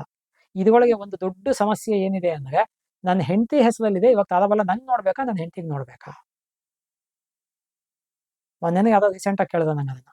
ನನ್ನ ಹೆಂಡತಿ ಹೆಸರಲ್ಲಿದೆ ಮನೆ, ಇವಾಗ ಗೃಹ ಪ್ರವೇಶಕ್ಕೆ ನನ್ನ ಹೆಸರು ನೋಡ್ಬೇಕಾ ನನ್ನ ಹೆಂಡತಿ ಹೆಸರು ನೋಡ್ಬೇಕಾ? ನಾನು ಒಂದೇ ಮಾತು ಕೇಳಿದೆ, ನಿಮ್ಮ ಹೆಂಡತಿನೂ ದುಡ್ದು ಅದಕ್ಕೆ ಇನ್ವೆಸ್ಟ್ ಮಾಡಿದಾರಾ ಅಂತ. ಇಲ್ಲ, ಹೌಸ್ ವೈಫು. ಅವಾಗ ನಿಮ್ಮ ಹೆಸರಿಗೆ ನೋಡಬೇಕು. ಇದು ಮೋಸ್ಟ್ ಇಂಪಾರ್ಟೆಂಟ್. ಯಾಕೆಂದ್ರೆ ಅವ್ರು ದುಡ್ದು ಇನ್ವೆಸ್ಟ್ ಮಾಡಿಲ್ಲ ಏನು ಅಂದಮೇಲೆ ಸುಮ್ಮನೆ ಅವ್ರ ಹೆಸರಿಗೆ ಇದ್ಬಿಟ್ಟ ತಕ್ಷಣ ಆಗ್ಬಿಡೋದಿಲ್ಲ ಅದು. ನೀವು ಲೀಗಲಾಗಿ ಕ್ಲೈಮ್ ಮಾಡ್ಕೋಬೋದು, ಅದು ಲೆಕ್ಕಾಚಾರ ಬೇರೆ. ನಮ್ಮ ಪ್ರಪಂಚದಲ್ಲಿ, ನಾವು ಬದುಕ್ತಾ ಇರೋ ಪ್ರಪಂಚದಲ್ಲಿ ನ್ಯಾಯಾಲಯಕ್ಕೆ ಸಾಕ್ಷಿ ಬೇಕು, ಆದರೆ ಭಗವಂತನಿಗೆ ಸತ್ಯ ಬೇಕು, ಸಾಕ್ಷಿ ಅಲ್ಲ. ಯಾರ್ದು ದುಡ್ಡದು, ಯಾರ ದುಡ್ಡಲ್ಲಿ ಸೈಟ್ ತೊಗೊಂಡಿರೋದು, ಮನೆ ಕಟ್ಟಿರೋದು, ಗಂಡನ ದುಡ್ಡು, ಆಗ ಅವನದು ಲೆಕ್ಕಾಚಾರ ಬರುತ್ತಷ್ಟೆ. ಹೆಂಡತಿನೂ ಅಕಸ್ಮಾತ್ ಇನ್ವೆಸ್ಟ್ ಮಾಡಿದ್ರೆ, ಇವನು ಇನ್ವೆಸ್ಟ್ ಮಾಡಿದ್ರೆ ಇಬ್ಬರ ಹೆಸರಿಗೂ ನೋಡ್ಬೇಕಾಗತ್ತೆ ಅವಾಗ. ಇದು ಲೆಕ್ಕಾಚಾರ, ಇದು ತರ್ಕ. ಹಾಗಾಗಿ ಇದೆಲ್ಲ ನೋಡ್ಕೋಬೇಕಾಗತ್ತೆ. ಇದನ್ನು ನೋಡಿಕೊಂಡು ವಾಸ್ಕಲ್ಲನ್ನ ಯಾವ ಟೈಮಿಂಗ್ಸ್ ಹೇಳಿರ್ತೀವಿ ಆ ಟೈಮಿಂಗ್ಸಲ್ಲಿ ಇಡಬೇಕು. ನೀವು ಇಟ್ಟ ಮೇಲೆ ಪೂಜೆ ಮಾಡೋದಕ್ಕೆ ನೀವು ಮುಹೂರ್ತ ನೋಡೋದಲ್ಲ, ಇಡೋ ಟೈಮಿಗೆ ಮುಹೂರ್ತ. ಅದು ತುಂಬಾ ಜನ ಏನು ತಪ್ಪು ತಿಳ್ಕೊಂಡಿದ್ದಾರೆ ಅಂದರೆ, ಪೂಜೆ ಮಾಡೋದಕ್ಕೆ ವಾಸ್ಕಲ್ಗೆ ಮುಹೂರ್ತ ಅಂದ್ಕೊಂಡಿದ್ದಾರೆ. ಅಲ್ಲ, ವಾಸ್ಕಲ್ಲನ್ನ ಇಡೋದಕ್ಕೆ ನಾನು ಇದುವಾಗ ಬೇಕಾದಷ್ಟು ಮಾಡಿಸಿದ್ದೀನಿ. ಆದ್ದರಿಂದ ಎಲ್ಲ ಹಿಂದಿನ ರೆಡಿ ಮಾಡಿಸ್ಬಿಟ್ಟಿರ್ತೀನಿ, A to Z. ಅವ್ರು ಫಿಕ್ಸ್ ಮಾಡೋದಕ್ಕೆ ಒಂದು ಅರ್ಧ ಗಂಟೆ ಬೇಕಾಗುತ್ತೆ ಅಷ್ಟೇ, ಅರ್ಧದಿಂದ 3/4 ಗಂಟೆ ಒಳಗೆ ಫಿಕ್ಸ್ ಆಗೋದು. ಇವಾಗೆಲ್ಲ ತುಂಬ ಲೇಟೆಸ್ಟ್ ಟೆಕ್ನಾಲಜಿ ಬಂದಿದೆ, ತುಂಬ ಬೇಗ ಫಿಕ್ಸ್ ಮಾಡ್ತಾರೆ. ಅದಕ್ಕೆಲ್ಲ ಅದೆಂತೆಂಥದ್ದು ಈ ಬಾಷ್ ಕಂಪ್ನಿದೆ ಏನೋ ಸ್ಕ್ರೂ ಡ್ರೈವರ್ದೆಲ್ಲ ಇದೆಲ್ಲ ಬಂದಿದೆ. ಇದೆಲ್ಲ ಅದೆಲ್ಲ ಹಾಕಿ ಸಡನ್ನಾಗಿ ಫಿಕ್ಸ್ ಮಾಡ್ತಾರೆ. ಅದೆಲ್ಲ ನೋಡಿ, ವಿತಿನ್ ಹಾಫ್ ಆನ್ ಅವರಲ್ಲಿ ಆಗೋಗುತ್ತೆ. ಕರೆಕ್ಟಾಗಿ ಮಾಡ್ತೀವಿ. ದೊಡ್ಡ ಬಿಲ್ಡಿಂಗ್ ಇದೆ ನೋಡಿದ್ದೀನಿ ನಾನು. ಸೊ ಹಾಗಾಗಿ ನಮಗೆ 1.5 hours ಟೈಮ್ ಇರುತ್ತೆ, ಅದರೊಳಗೆ 1 hour ಒಳಗೆ ಖಂಡಿತ ಆಗುತ್ತೆ. ಅದು ಫಿಕ್ಸ್ ಮಾಡೋದು ಇಂಪಾರ್ಟೆಂಟು, ಮುಹೂರ್ತ ಅನ್ನೋದು ವಾಸ್ಕಲ್ಲು. ಆಮೇಲೆ ನೀವು ಪೂಜೆ ಶುರು ಮಾಡೋ ಟೈಮಿಗೆ ರಾವು ಕಾಲ ಬಂದಿದ್ದು ತೊಂದರೆ ಇಲ್ಲ, ಫಿಕ್ಸ್ ಮಾಡೋದು ಇಂಪಾರ್ಟೆಂಟು. ಫಿಕ್ಸ್ ಆದ್ಮೇಲೆ ನೀವು ಪೂಜೆ ಮಾಡೋ ಟೈಮಿಗೆ ರಾವು ಕಾಲ, ಗುಳಿ ಕಾಲ, ಯಮಗಂಡ ಕಾಲ ಯಾವ್ದು ಬಂದಿದ್ದು ತೊಂದರೆ ಇಲ್ಲ. ಫಿಕ್ಸ್ ಮಾಡೋ ಟೈಮೇನೆ ನಾವು ಪ್ರಾರಂಭ. ಅಲ್ಲಿಗೆ ಬೇಕಾದ್ರೆ ಆ ಹೊಸಲಿಗೆ ಏನು ಫಿಕ್ಸ್ ಮಾಡ್ತಿದ್ರೆ ಅಲ್ಲೇ ಒಂದು ಚಿಟಿಕೆ ಅರ್ಶಿನ ಕುಂಕುಮ ಫಸ್ಟ್ ಸುಮ್ಮನೆ ಇಟ್ಟಿದ್ದು ಶಾಸ್ತ್ರ ಮಾಡಿಬಿಡಿ, ಒಂದು ಹೂವನ್ನು ಮುಂದೆ ಇಟ್ಬಿಡಿ, ಆಮೇಲೆ ಪೂಜೆ ಶುರು ಮಾಡಿ ವಾಸ್ಕಲ್ಗೆ. ಇದು ವಾಸ್ಕಲ್ ಆಯಿತು. Coming to the main part, ಗೃಹ ಪ್ರವೇಶ. ಗೃಹ ಪ್ರವೇಶದ ಮುಹೂರ್ತದ ಬಗ್ಗೆ ಫಸ್ಟ್ ಹೇಳ್ತೀನಿ, ಆಮೇಲೆ ಗೃಹ ಪ್ರವೇಶದ ಪ್ರೊಸೀಜರ್ ಬಗ್ಗೆ ನಾನು ಮಾತಾಡ್ತೀನಿ. ಗೃಹ ಪ್ರವೇಶದ ಮುಹೂರ್ತ ತುಂಬ ಕಷ್ಟ ಇಡೋದು. ಯಾತಕ್ಕೆ ಅಂದರೆ, ಸ್ಥಿರ ಲಗ್ನದಲ್ಲೇ ಇಡಬೇಕು ಗೃಹ ಪ್ರವೇಶನ. ಸ್ಥಿರ ಲಗ್ನ ಅಂದಾಗ ವೃಷಭ ಲಗ್ನ, ಸಿಂಹ ಲಗ್ನ, ವೃಶ್ಚಿಕ ಲಗ್ನ, ಕುಂಭ ಲಗ್ನ. ಕರೆಕ್ಟಾಗಿ ಅರ್ಥ ಮಾಡ್ಕೊಳ್ಳಿ. ಇನ್ನೂ ಒಂದ್ಸತಿ ಹೇಳ್ತೀನಿ, ವೃಷಭ ಲಗ್ನ, ಸಿಂಹ ಲಗ್ನ, ವೃಶ್ಚಿಕ ಲಗ್ನ, ಕುಂಭ ಲಗ್ನ, ಈ 4 ಲಗ್ನದಲ್ಲೇ ಇಡಬೇಕು. ಲಗ್ನದಲ್ಲಿ ಇಡಲೇಬಾರದು ಗೃಹ ಪ್ರವೇಶನ. ಇಟ್ಟರೆ ನಮ್ಮ ಕೈ ತಪ್ಪು ಹೋಗುತ್ತೆ ಅನ್ನೋದನ್ನ ಮುಹೂರ್ತ ಶಾಸ್ತ್ರಗಳಲ್ಲಿ ಕೆಲವು ಗ್ರಂಥಗಳಲ್ಲಿ ಹೇಳಿದೆ. ಸ್ಥಿರ ಲಗ್ನ ಅಕಸ್ಮಾತ್ ಸಿಗಲೇ ಇಲ್ಲ ಅಕಸ್ಮಾತ್ ಅಂದ್ರೆ, ದ್ವಿಸ್ವಭಾವದಲ್ಲಿ ಅನಿರ್ವಾಹ ಪಕ್ಷದಲ್ಲಿ ಇಟ್ಕೋಬಹುದು ಅಂತ ಹೇಳುತ್ತೆ, ಇಡಿ ಅಂತ ಹೇಳಿಲ್ಲ ಶಾಸ್ತ್ರದಲ್ಲಿ. ನಾನು ಸಾಮಾನ್ಯ ಇಡಕ್ಕೆ ಹೋಗೋದಿಲ್ಲ. ಹಾಗಾಗಿ ದ್ವಿಸ್ವಭಾವ ಅಂದ್ರೆ ಮಿಥುನ, ಕನ್ಯಾ, ಧನಸ್ಸು, ಮೀನ, ಈ ಲಗ್ನಗಳು. ಆದರೆ ನಾವು ಇಡಬೇಕಾದ್ದು ಸ್ಥಿರ ಲಗ್ನಗಳು ವೃಷಭ, ಸಿಂಹ, ವೃಶ್ಚಿಕ, ಕುಂಭ. ಇದಕ್ಕೆ ಕೆಲವು ಮಾಸಗಳು, ಸೌರಮಾನ ರೀತಿಯ ಮಾಸಗಳನ್ನು ನೋಡ್ಕೊಂಡು ಇಡಬೇಕೇ ಹೊರತು ನಿಮಗೆ ಯಾವಾಗ ಬೇಕು ಅಂದ್ರೆ ಅವಾಗೆಲ್ಲ ಗೃಹ ಪ್ರವೇಶದ ಮುಹೂರ್ತ ಸಿಗೋದಿಲ್ಲ. ಗೃಹ ಪ್ರವೇಶಕ್ಕೆ, ಮದುವೆಗೆ ಮುಹೂರ್ತ ಸಿಗೋದು ತುಂಬಾ ಕಷ್ಟ, ಈಗಲೇ ಹೇಳ್ಬಿಟ್ಟಿದ್ದೀನಿ. ಮದುವೆಗೆ, ಗೃಹ ಪ್ರವೇಶಕ್ಕೆ ತಿಂಗಳಿಗೆ 1 ಅಥವಾ 2 ಮುಹೂರ್ತ ಸಿಕ್ಕಿದ್ರೆ ನಿಮ್ಮ ಪುಣ್ಯ. ಇಡೀ 1 ತಿಂಗಳಿಗೆ ನಾನು ಹೇಳ್ತಿರೋದು, ಒಂದು ಸಿಗ್ಲೂಬಹುದು, ಸಿಗದೇನೂ ಇರ್ಬೋದು. ಹಾಗಾಗಿ ಇದು ಗೃಹ ಪ್ರವೇಶ.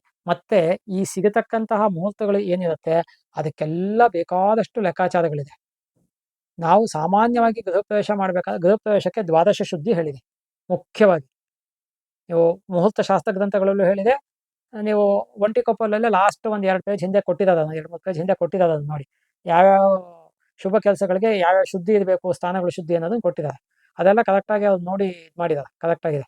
ವಿವಾಹಕ್ಕೆ ಸಪ್ತಮ ಶುದ್ಧಿ ಇರಬೇಕು, ಇದಕ್ಕೆ ಗೃಹ ಪ್ರವೇಶಕ್ಕೆ ದ್ವಾದಶ ಶುದ್ಧಿ ಇರಬೇಕು, ಚತುರ್ಥ ಶುದ್ಧಿ, ಅಷ್ಟಮ ಶುದ್ಧಿ, ಈ ಥರದ್ದೆಲ್ಲ ಬೇರೆ ಬೇರೆ ಕಾರ್ಯಕ್ರಮಗಳಿಗೆ ಹೇಳಿದೆ. ಸೊ ಹಾಗಾಗಿ ಏನಾಗುತ್ತೆ ಅಂದ್ರೆ ಗೃಹ ಪ್ರವೇಶಕ್ಕೆ ದ್ವಾದಶ ಶುದ್ಧಿ ಇರಬೇಕು. ದ್ವಾದಶ ಶುದ್ಧಿ ಅಂದ್ರೆ ನೀವು ಇಡೋ ಲಗ್ನಕ್ಕೆ 12ನೇ ಮನೆಯಲ್ಲಿ ಯಾವ ಗ್ರಹನೂ ಇರಬಾರ್ದು. 12ನೇ ಮನೆಯಲ್ಲಿ ಯಾವುದು ಗ್ರಹ ಇರಬಾರ್ದು ಅಂದ್ರೆ ಸೂರ್ಯ ಉದಯ ಯಾವ ಲಗ್ನ ಆಗತ್ತೆ ಅದಕ್ಕೆ ಹಿಂದಿನ ಲಗ್ನಾನೇ ಆಗ್ಬೇಕು ಸಾಮಾನ್ಯ, ಅಥವಾ ಉದಯ ಲಗ್ನಾನೇ ಆಗ್ಬೇಕು. ಅವಾಗ ಯೂಶಲಿ ಅದ್ರ ಹಿಂದೆ ಯಾವುದು ಇರೋದಿಲ್ಲ. ಇದು ಬಹಳ ಇಂಪಾರ್ಟೆಂಟ್. ಸೂರ್ಯೋದಯಕ್ಕೆ ಹಿಂದೆ ಅದರೊಳಗೂ ಬ್ರಾಹ್ಮಿ ಮುಹೂರ್ತ ಶ್ರೇಷ್ಠ.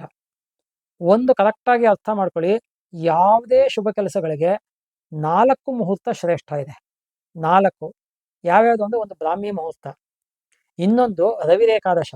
ಇದು ತುಂಬಾ ಜನ ಗೊತ್ತಿಲ್ಲ. ದಿವಾಸೂರ್ಯ ನಿಶಾಚಂದ್ರ ಲಗ್ನಸ್ಯ ಏಕಾದಶೇ ಸ್ಥಿತೆ ಕೋಟಿ ದೋಷಂ ವಿನಶ್ಯಂತಿ ಗರ್ಗಸ್ಯ ವಚನಂ ಸ್ಮೃತಂ ಅಂತ ಹೇಳಿದೆ. ಗರ್ಗ ಸಂಹಿತೆಯಲ್ಲಿ ಹೇಳಿರ್ತಕ್ಕಂಥದ್ದು ಇದು. ದಿವಾಸೂರ್ಯ ನಿಶಾಚಂದ್ರ ಲಗ್ನಸ್ಯ ಏಕಾದಶೇ ಸ್ಥಿತೆ ಕೋಟಿ ದೋಷಂ ವಿನಶ್ಯಂತಿ ಗರ್ಗಸ್ಯ ವಚನಂ ಸ್ಮೃತಂ. ಹಗಲಿನಲ್ಲಿ ಸೂರ್ಯ 11ನೇ ಮನೆಯಲ್ಲಿ ಇದ್ದರೆ ನಾವು ಇಟ್ಟಿರೋ ಲಗ್ನಕ್ಕೆ, ಸೂರ್ಯ ಅಸ್ತ ಆದ್ಮೇಲೆ ರಾತ್ರಿ ಕಾಲದಲ್ಲಿ ಚಂದ್ರ ನಾವು ಇಟ್ಟಿರೋ ಲಗ್ನಕ್ಕೆ 11ನೇ ಮನೆಯಲ್ಲಿ ಇತ್ತು ಅಂದ್ರೆ ಕೋಟಿ ದೋಷಗಳಿಗೂ ಹೋಗುತ್ತೆ. ಹಾಗಾಗಿ ಅದು ಶ್ರೇಷ್ಠ ಅಂತ ಹೇಳುತ್ತೆ. ಇದು 2ನೇದು. 3ನೇದು ಅಭಿಜಿನ್ ಮುಹೂರ್ತ. ಅಭಿಜಿನ್ ಮುಹೂರ್ತದ ಬಗ್ಗೆ ನಾನು ಯೂಟ್ಯೂಬಲ್ಲಿ ಆಲ್ರೆಡಿ ಮಾಡಿದ್ದೀನಿ, ನೋಡ್ಕೊಳ್ಳಿ, ಮತ್ತೆ ಹೇಳಕ್ ಹೋಗೋದಿಲ್ಲ. ಅಭಿಜಿನ್ ಮುಹೂರ್ತ ಸರ್ವಶ್ರೇಷ್ಠ. ಅದು ಬಿಟ್ರೆ ನಮಗೆ ಗೋಧೂಳಿ ಲಗ್ನ. ಗೃಹ ಪ್ರವೇಶಕ್ಕೆ ಆಕ್ಚುಲಿ ಗೋಧೂಳಿ ಲಗ್ನ ಶ್ರೇಷ್ಠ, ತುಂಬಾ ಜನಕ್ಕೆ ಗೊತ್ತಿಲ್ಲ. ತಮಿಳ್ನಾಡಲ್ಲಿ ಕೆಲವರು ಮಾಡ್ತಾ ಇದ್ದಾರೆ ಅದನ್ನ. ಇದಿಷ್ಟು ಬಿಟ್ರೆ ಲಗ್ನದಲ್ಲಿ ಗುರು ಅಥವಾ ಶುಕ್ರ ಇತ್ತು ಅಂದ್ರೆ ಬಹಳ ಶ್ರೇಷ್ಠ. ಇದೊಂದು ಎಕ್ಸ್ಟ್ರಾ ಪಾಯಿಂಟ್ ಆ್ಯಡ್ ಮಾಡಿರ್ತೀನಿ, ತಿಳ್ಕೊಂಡಿರಿ. ಲಗ್ನದಲ್ಲಿ ಗುರು ಅಥವಾ ಶುಕ್ರ ಇತ್ತು ಅಂದ್ರೆ ಹೇಳಿದ ಲಗ್ನಕ್ಕೆಲ್ಲ ಟರ್ಮ್ಸ್ ಅಂಡ್ ಕಂಡೀಷನ್ಸ್ ಅಪ್ಲೈ ಆಗಬೇಕು. ಮತ್ತೆ ನೀವು ಇಡತಕ್ಕಂತಹ ಲಗ್ನ ಏನಿದೆ ಆ ಲಗ್ನ ನಮಗೆ ಪಾಪಕಸ್ತದಿ ಯೋಗದಲ್ಲಿ ಇರಬಾರ್ದು. ಅಂದ್ರೆ ನಾವಿಡೋ ಲಗ್ನದ ಮುಂದೆ ಹಿಂದೆ 2 ಕಡೆನೂ ಪಾಪಗ್ರಹಗಳು ಇರಬಾರ್ದು. ಅಕಸ್ಮಾತ್ ಪಾಪಗ್ರಹಗಳು ಇಟ್ಟಿದೀವಿ, ಬೇರೆ ಯಾವುದು ಮುಹೂರ್ತ ನಮಗೆ ಸದ್ಯಕ್ಕೆ ಇಲ್ವೇ ಇಲ್ಲ, ನಾವು ಮನೆಗೆ ಶಿಫ್ಟ್ ಆಗಲೇಬೇಕಾಗಿದೆ ಅಂದ್ರೆ ಆ 2 ಪಾಪಗ್ರಹಗಳಿಗೂ ಕೂಡ ಶಾಂತಿ ಮಾಡಿ ನಿಮ್ಮ ಕೈಯಲ್ಲಿ ಎಷ್ಟು ಧಾನ್ಯ ಕೊಡಕ್ ಶಕ್ತಿ ಇದೆಯೋ ಅಷ್ಟು ಧಾನ್ಯ ಕೊಡ್ಬೇಕು ನೀವು. 1 kg 2 kg 5 kg 10 kg ನಿಮ್ಗೆ ಎಷ್ಟಾಗತ್ತೋ ಅಷ್ಟು, ಕಡೆ ಪಕ್ಷ 1 kg. ಆದಷ್ಟು ಅವಾಯ್ಡ್ ಮಾಡಿ ಅದನ್ನ. ಪಾಪಕಲ್ಪದ ಯೋಗ ಇತ್ತು ಅಂದ್ರೆ ಸ್ವಲ್ಪ ಲಗ್ನ ಬಲಹೀನ ಆಗತ್ತೆ. ಮುಹೂರ್ತ ಶಾಸ್ತ್ರ ತುಂಬಾ ಚೆನ್ನಾಗಿ ಎಲ್ಲರೂ ತಿಳ್ಕೊಂಡಿರಲ್ಲ, ನಾನು ತಿಳ್ಕೊಂಡಿದ್ದೀನಿ, ಅದನ್ನ ಹೇಳ್ತಾ ಇದ್ದೀನಿ ನಿಮಗೆ. ಹಾಗೆ ನೀವು ಹುಟ್ಟಿರೋ ಲಗ್ನಕ್ಕೆ ಅಷ್ಟಮ ಲಗ್ನದಲ್ಲಿ ಮುಹೂರ್ತ ಯಾವ ಮುಹೂರ್ತನೂ ಇಡಬಾರ್ದು.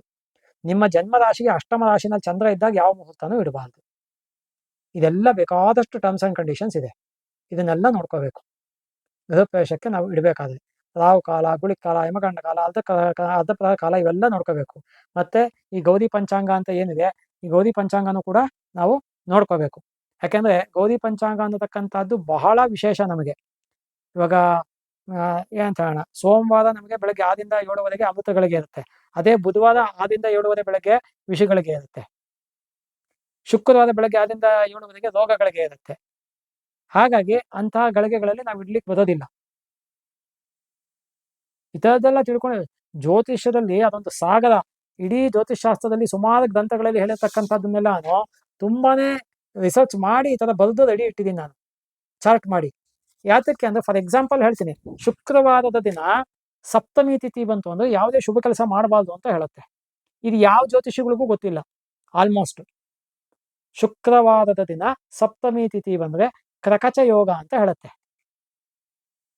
ಬರ್ದಿಟ್ಟಿದ್ದೀನಿ ನಾನು ಅದನ್ನ ರಿಸರ್ಚ್ ಮಾಡಿ. ಈ ಕ್ರಕಚ ಯೋಗ, ಕ್ರಕಚ ಅಂದ್ರೆ ಗರಗಸ ಅಂತ ಅರ್ಥ. ಗರಗಸ ಹೇಗೆ ಕುಯ್ಯತ್ತೆ ಹಾಗೆ ನಮ್ಮ ಕರ್ಮವನ್ನ ನಾಶ ಮಾಡುತ್ತೆ ಅದು ಅಂತ ಹೇಳುತ್ತೆ.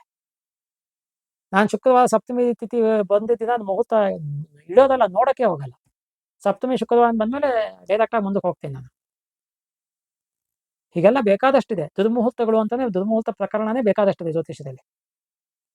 ಸೊ ಹಾಗಾಗಿ ಇದನ್ನೆಲ್ಲವನ್ನು ನೋಡಿ ಗೃಹ ಪ್ರವೇಶಕ್ಕೆ ಸ್ಥಿರ ಲಗ್ನದಲ್ಲಿ ಯಾವುದೇ ಗ್ರಹಗಳು 12ನೇ ಮನೆಯಲ್ಲಿ ಇಲ್ಲದೆ ಇದ್ದಾಗ ಆದಷ್ಟು ಬ್ರಾಹ್ಮಿ ಮುಹೂರ್ತದಲ್ಲಿ ಅರುಣೋದಯ ಕಾಲದಲ್ಲಿ ಇಡತಕ್ಕಂಥದ್ದು.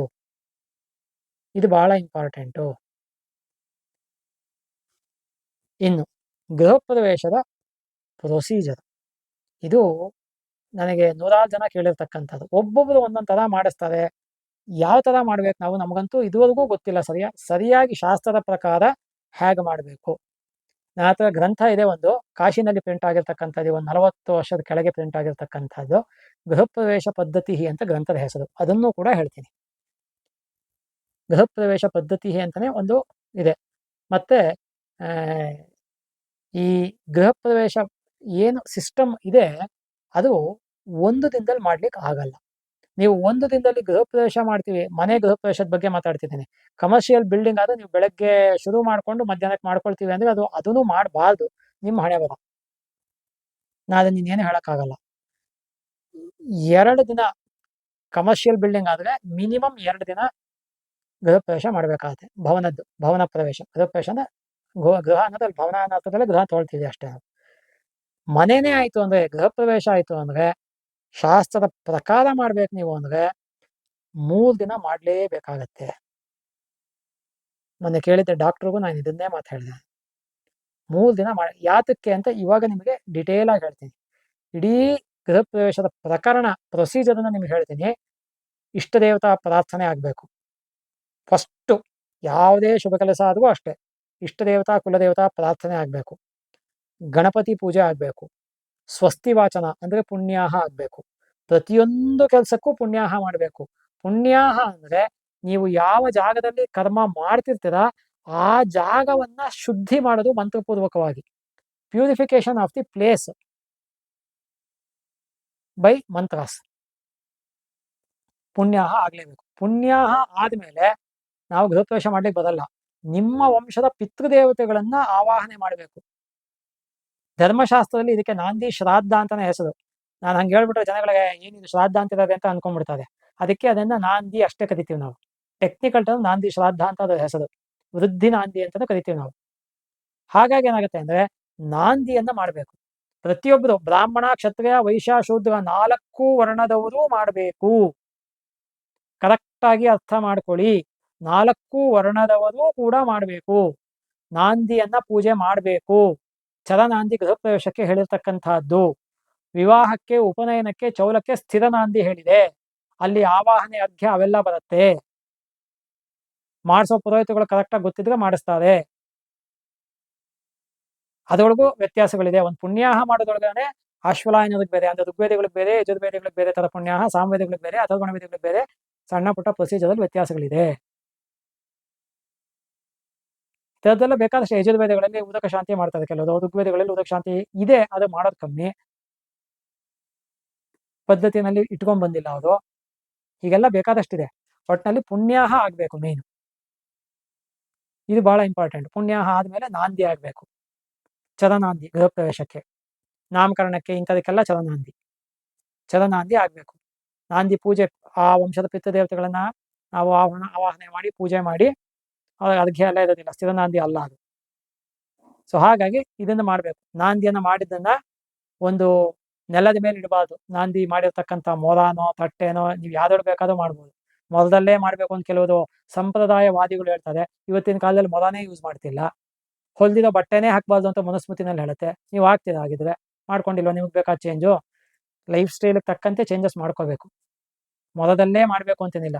ಅದಕ್ಕೆ ಅಂತ ಒಂದು ಸ್ಟೀಲ್ ತಟ್ಟೆ ತೊಗೊಂಡ್ಬಿಟ್ಟು ಅದರೊಳಗೆ ನೀವು ಹಾಕ್ಬಿಟ್ಟು ಆ ಸ್ಟೀಲ್ ತಟ್ಟೆ ಪುರೋಹಿತಗೆ ಹೋಗುತ್ತೆ ಅಷ್ಟೇ. ಒಂದು ಸ್ಟೀಲ್ ತಟ್ಟೆ ಕೊಡೋಕ್ಕಾಗಲ್ಲ ಪುರೋಹಿತಗೆ. ಒಂದು 200 ರೂಪಾಯಿ 300 ರೂಪಾಯಿ ಇರುತ್ತೆ ತಟ್ಟೆ. ಮೊದ ಆದ್ರೂ ಅಷ್ಟೇ, ಏನು ಕಮ್ಮಿ ಇರಲ್ಲ. 150 ರೂಪಾಯಿ 200 ರೂಪಾಯಿ ಇರುತ್ತೆ. ಸೊ ಹಾಗಾಗಿ ಯೂಸ್ ಆಗುವಂಥ ಪದಾರ್ಥನ ಕೊಡ್ಬೇಕು. ನೀವು ಯೂಸ್ ಆಗದೆ ಔಟ್ಡೇಟೆಡ್ ಕೊಟ್ರೆ ಏನು ಪ್ರಯೋಜನ? ನೀವು ಯಾವ್ದೋ ಮಿಕ್ಸಿ ಕೊಡಿ ಅಂದ್ರೆ, ಇಲ್ಲ ನಾನು ಗ್ರೈಂಡ್ ಸ್ಟೋನು ರುಬ್ಬೋ ಕಲ್ಲನ್ನೇ ಕೊಡ್ತೀನಿ, ಒರಳು ಕಲ್ಲನ್ನೇ ಕೊಡ್ತೀನಿ ಅಂದ್ರೆ ಏನು ಪ್ರಯೋಜನ? ಇವತ್ತು ಯಾರು ಕುತ್ಕೊಂಡು ರುಬ್ತಾರೆ, ಇದು ಮಾಡ್ತಾರೆ. ಹಾಗಾಗಿ ನೋಡ್ಕೋಬೇಕು. ನಾಂದಿ ಆದ್ಮೇಲೆ ಕಲಶ ಸ್ಥಾಪನೆ ಮಾಡಬೇಕು. ಈ ಕಲಶ ಸ್ಥಾಪನೆಗೆ ಎಷ್ಟು ಕಲಶ ಇಡಬೇಕು ಅನ್ನೋದ್ರ ಬಗ್ಗೆ ತುಂಬಾ ಜನ ಕೇಳ್ತಾರೆ. ಅದು ಇಂತಿಷ್ಟೇ ಅಂತ ಶಾಸ್ತ್ರದಲ್ಲಿ ಹೇಳಿಲ್ಲ. ವಾಸ್ತು ಶಾಂತಿ ಪ್ರಕರಣ ಅಂತಾನೆ ಒಂದು ಇದೆ, ವಿಧಾನ ಇದೆ. ಮತ್ತೆ ವಾಸ್ತು ಪೂಜಾ ವಿಧಾನ ಅಂತಾನೆ ಇದೆ. ಇಲ್ಲೆಲ್ಲೂ ಕೂಡ ನಮಗೆ ಇಂತಿಷ್ಟು ಕಲಶ ಅಂತ ಹೇಳಿಲ್ಲ. ನಿಮಗೆ ಶಕ್ತಿ ಇದ್ರೆ ಗಣಪತಿ, ನವಗ್ರಹ, ಮೃತ್ಯುಂಜಯ, ವಾಸ್ತು ಅಂದ್ರೆ ವಾಸ್ತು ಚತುಷ್ಟಯ. ವಾಸ್ತು ಚತುಷ್ಟಯಕ್ಕೆ 4 ಕಲಶ. 4 ವಾಸ್ತು ಚತುಷ್ಟಯ ಅಂದ್ರೆ 4, ವಾಸ್ತು ಚತುಷ್ಟಯಕ್ಕೆ 4ಕ್ಕೆ 4 ಕಲಶ ಇಡ್ಬೋದು. ಗಣಪತಿ, ನವಗ್ರಹ ಎಲ್ಲ ಸೇರಿ ಒಂದು ಕಲಶ ಇಡ್ತೀವಿ. ನವಗ್ರಹಕ್ಕೆಲ್ಲ ಒಂದೊಂದಕ್ಕೆ ಒಂದೊಂದು ಕಲಶ ಇಡಬೇಕು. ಒಂದು ಅಧಿದೇವತೆಗೂ ಒಂದು, ಪ್ರತಿದೇವತೆಗೂ ಒಂದು ಇಡಬೇಕಾಗುತ್ತೆ. ನವಗ್ರಹಕ್ಕೆ 9ಕ್ಕೆ 9 ಕಲಶ, ಅಧಿದೇವತೆ ಒಂದು, ಪ್ರತಿದೇವತೆ ಒಂದು. ಸೊ ಒಂದು ಗ್ರಹಕ್ಕೆ 3 ಕಲಶ, 9 3 27 ಕಲಶ. ಅಷ್ಟೆಲ್ಲ ಡೀಟೇಲ್ ಆಗಿ ಬೇಕಾಗಿಲ್ಲ. ಸ್ಪಷ್ಟವಾಗಿ ಹೇಳ್ತೀನಿ. ನಿಮಗೆ ಸಾವಿರಾರು ಕೋಟಿ ಆಸ್ತಿ ಇದ್ರೆ, 100 ಕೋಟಿ ಆಸ್ತಿ ಇದ್ರೆ, ಕೋಟಿಗಟ್ಟಲೆ ಖರ್ಚು ಮಾಡಿ ನೀವು ಗೃಹಪ್ರವೇಶ ಮಾಡೋದಿದ್ರೆ ಇಡ್ಬೋದು ಬೇಕಾದ್ರೆ, ತಪ್ಪೇನಿಲ್ಲ. ಇಲ್ಲ ಅಂದ್ರೆ ನವಗ್ರಹಕ್ಕೆಲ್ಲ ಸೇರಿ ಒಂದು ಕಲಶ, ಅಧಿದೇವತೆ ಪ್ರತಿದೇವತೆಗೆ ಒಂದೊಂದು ಕಲಶ. ಇನ್ನು ಕೆಲವು ನವಗ್ರಹ ಅಧಿದೇವತೆ ಪ್ರತಿದೇವತೆ ಎಲ್ಲ ಸೇರಿ ಒಂದೇ ಕಲಶದಲ್ಲೇ ಇಡ್ತಾರೆ, ತಪ್ಪೇನೂ ಇಲ್ಲ. ಒಂದೇ ಕಲಶದಲ್ಲಿ ಆವಾಹನೆ ಮಾಡಬಾರ್ದು ಅಂತೇನಿಲ್ಲ. ಕೆಲವು ದೇಶದಲ್ಲಿ ಒಂದೇ ಕಲಶ ಇಟ್ಟು ಅಷ್ಟೂ ಆವಾಹನೆ ಮಾಡೋದನ್ನು ನಾನು ನೋಡಿದ್ದೀನಿ. ಯಾಕಂದ್ರೆ ಕಳೆದ 40 ವರ್ಷದಿಂದ ಪೌರೋಹಿತ್ಯ ನಾನು ಮಾಡಿಸ್ತಾ ಇದ್ದೀನಿ. ಎಲ್ಲ ಗ್ರೂಪ್ಗಳಲ್ಲೂ ಸುಮಾರು ಗ್ರೂಪ್ಗಳಲ್ಲಿ 40 ವರ್ಷಗಳಿಂದ ಹೋಗಿದ್ದೀನಿ. ಯಾರ್ಯಾರು ಹೇಗೆ ಮಾಡಿಸ್ತಾರೆ, ಏನೇನು ಮಾಡ್ತಾರೆ ಎಲ್ಲ ನೋಡಿದ್ದೀನಿ, ತಿಳ್ಕೊಂಡಿದ್ದೀನಿ. ಯಾವ್ಯಾವ ಪಂಗಡದವ್ರಿಗೆ ಹೇಗೆ ಮಾಡಿಸ್ತಾರೆ ಎಲ್ಲ ನೋಡಿದ್ದೀನಿ. ದೇಶಾಚಾರ ಕುಲಾಚಾರ ಅನ್ನೋದಿದೆ, ಅದಕ್ಕೆ ತಕ್ಕಂತೆ ನಾವು ಹೋಗ್ಬೇಕಾಗತ್ತೆ. ಒಬ್ಬೊಬ್ಬರದ್ದು ಒಂದೊಂದು ಥರ ಇರುತ್ತೆ. ಸ್ಮಾರ್ತ ಸಂಪ್ರದಾಯ ಬೇರೆ ಇರುತ್ತೆ, ಮಾಧ್ವರ ಸಂಪ್ರದಾಯ ಬೇರೆ ಇರುತ್ತೆ, ಶ್ರೀ ವೈಷ್ಣವ ಸಂಪ್ರದಾಯ ಬೇರೆ ಇರುತ್ತೆ. ಅದೇ ಶಾಸ್ತ್ರ ಬಲ್ದವರು ಸ್ಮಾರ್ತರಿಗೆ, ಮಾಧ್ವರಿಗೆ, ಶ್ರೀ ವೈಷ್ಣವರಿಗೆ ಏನು ಬಲ್ದಿಲ್ಲ. ಬ್ರಾಹ್ಮಣನಿಗೆ, ಕ್ಷತ್ರಿಯನಿಗೆ, ವೈಶ್ಯನಿಗೆ, ಶೂದ್ರನಿಗೆ ಅಂತ ವರ್ಣಗಳಿಗೆ ಬಲ್ದಿದೆ ಕೆಲವನ್ನ, ಎಲ್ಲಾನು ಅಲ್ಲ. ಅದಕ್ಕೆ ತಕ್ಕಂತೆ ಮಾಡ್ಬೇಕು ನೀವು. ಶಾಸ್ತ್ರನ ನಾವು ಫಾಲೋ ಮಾಡಬೇಕು, ಇದು ಬಹಳ ಇಂಪಾರ್ಟೆಂಟು. ತಸ್ಮಾತ್ ಶಾಸ್ತ್ರಂ ಪ್ರಮಾಣಂತೆ ಕಾರ್ಯ ವ್ಯವಸ್ಥಿತ ಅಂತ ಭಗವದ್ಗೀತೆಯಲ್ಲಿ ಕೃಷ್ಣ ಅದನ್ನೇ ಹೇಳೋದು. ಯಶಾಸ್ತ್ರ ವಿಧಿಮುತ್ಸಜ್ಯ ವರ್ತತೆ ಕಾಮಕಾಲತಃ ನ ಸ ಸಿದ್ಧಿಂ ಅವಾಪ್ನೋತಿ ನ ಸುಖಂ ನ ಪರಾಂ ಗತಿಂ ತಸ್ಮಾತ್ ಶಾಸ್ತ್ರಂ ಪ್ರಮಾಣಂತೆ ಕಾರ್ಯ ವ್ಯವಸ್ಥಿತೋ. ಹಾಗಾಗಿ ಶಾಸ್ತ್ರವನ್ನು ಬಿಡಬಾರ್ದು ನಾವು. ಇದು ಕಲಶಗಳನ್ನು ಎಷ್ಟು ಬೇಕಾದ್ರೂ ಇಡ್ಬೋದು. ವಾಸ್ತು ಕಲಶಗಳನ್ನ ಅಷ್ಟೇ. ಅದೇ ರೀತಿಯಲ್ಲಿ ರಕ್ಷೋಗ್ನ ಕಲಶ, ಇದನ್ನ ಕೆಲವರು 1 ಇಡ್ತಾರೆ, ಕೆಲವರು 2 ಇಡ್ತಾರೆ. ಇದೇನು ಅಂತ ನಾನು ಹೇಳ್ತೀನಿ ನಿಮಗೆ, ಮುಂದಕ್ಕೆ ಬರುತ್ತೆ. ರಾಕ್ಷೋಗ್ನ ಕಲಶ ಅಥವಾ ರಕ್ಷೋಗ್ನ ಕಲಶ ಅಂತ ಹೇಳ್ತೀವಿ. ಇದನ್ನ 2 ಕಲಶ ಅಥವಾ 1 ಕಲಶನ ಇಡಬೇಕಾಗತ್ತೆ. ಆಮೇಲೆ ಗಣಪತಿ, ನವಗ್ರಹ, ಮೃತ್ಯುಂಜಯ, ವಾಸ್ತು, ಇಷ್ಟ ದೇವತಾ, ಕುಲದೇವತಾ ಕಲಶ, ಅದು ಪ್ರಧಾನ ಕಲಶ ಅಂತ ಹೇಳ್ತೀವಿ ನಾವು. ಮೇನ್ ಕಲಶ ಏನು ಇಡ್ತೀರಾ, ಕೆಲವರು ಬಿಂದಿಗೆ ಇಡ್ತಾರೆ, ಕೆಲವರು ದೊಡ್ಡ ಚಂಬು ಇಡ್ತಾರೆ. ಅದೇ ಕಲಶನ ಅವರ ಇಷ್ಟ ಪದ್ಧತಿ, ಯಥಾಶಕ್ತಿ, ಯಥಾ ವಿಭವ ಇದನ್ನ ಇಟ್ಟು ಮಾಡ್ತಕ್ಕಂಥದ್ದು. ಅದನ್ನ ಸ್ವಲ್ಪ ಎಲಿವೇಟೆಡ್ ಆಗಿ ಇಡ್ತಾರೆ ಕಾಣುವಂಗೆ. ನಾವು ಎಲ್ಲ ಅಲಂಕಾರಗಳನ್ನೆಲ್ಲ ಮಾಡ್ತೀವಿ, ಮಾಡಲ್ಲ ಅಂತಿನಿಲ್ಲ.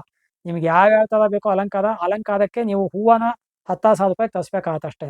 15,000-20,000 ರೂಪಾಯಿ ಹೂವು ತಂದ್ರೆ ಅದಕ್ಕೆ ತಕ್ಕಂಗೆ ಅಲಂಕಾರ ನಾವು 100 ಕಡೆ ಮಾಡಿದೀವಿ, ಮಾಡಿಸ್ತೀವಿ, ಮಾಡ್ತಾನೂ ಇರ್ತೀವಿ. ಆದರೆ ಒಂದು ಮಾತು ಹೇಳ್ತೀನಿ ಕೇಳಿ, ಯಾವುದೇ ಕರ್ಮ ನೀವು ಮಾಡಬೇಕಾದ್ರೆ ಒಂದು ನಾಮಕರಣದಿಂದ ಹಿಡಿದು ವಿವಾಹ ತನಕನೂ ಕೂಡ ನಿಮ್ಮ ಆಡಂಬರ ಮುಖ್ಯ ಅಲ್ಲ. ಆಡಂಬರ ಅಂತ ಭಗವಂತ ಕೇಳೋದಿಲ್ಲ. ನೀವು ಎಷ್ಟು ಚೆನ್ನಾಗಿ ಅಲಂಕಾರ ಮಾಡಿದದ ಅಂತ ಭಗವಂತ ಕೇಳಲ್ಲ. ಕರ್ಮವನ್ನ ಎಷ್ಟು ಶ್ರದ್ಧೆಯಿಂದ ಮಾಡಿದದ, ಲೋಪ ಇಲ್ದಂಗೆ ಎಷ್ಟು ಮಾಡಿದದ ಅನ್ನೋದನ್ನ ಕೇಳ್ತಾನೆ. ಇದು ಮೋಸ್ಟ್ ಇಂಪಾರ್ಟೆಂಟ್. ಸುಮ್ಮನೆ 4 ಬೆಟ್ಟಿಗೆ 8 ಬೆಟ್ಟಿಗೆ 8 ಉಂಗುರ ಹಾಕೊಂಬಂದ್ಬಿಟ್ಟು, ಜತ್ತಾದಿ ಶಾಲ್ ಹಾಕೊಂಬಂದ್ಬಿಟ್ಟು, ಪಂಚೆ ಉಟ್ಟು ಇಷ್ಟಿಷ್ಟುದ್ದ ಬಾರ್ಡ್ರು ಪಂಚೆ ಉಟ್ಕೊಂಬಂದ್ಬಿಟ್ಟು ಈ ತರ ಎಲ್ಲ ಬಂದ್ಬಿಟ್ರೆ ಭಾರಿ ಗ್ರೇಟ್ ಹೌದು ಅಲ್ಲ.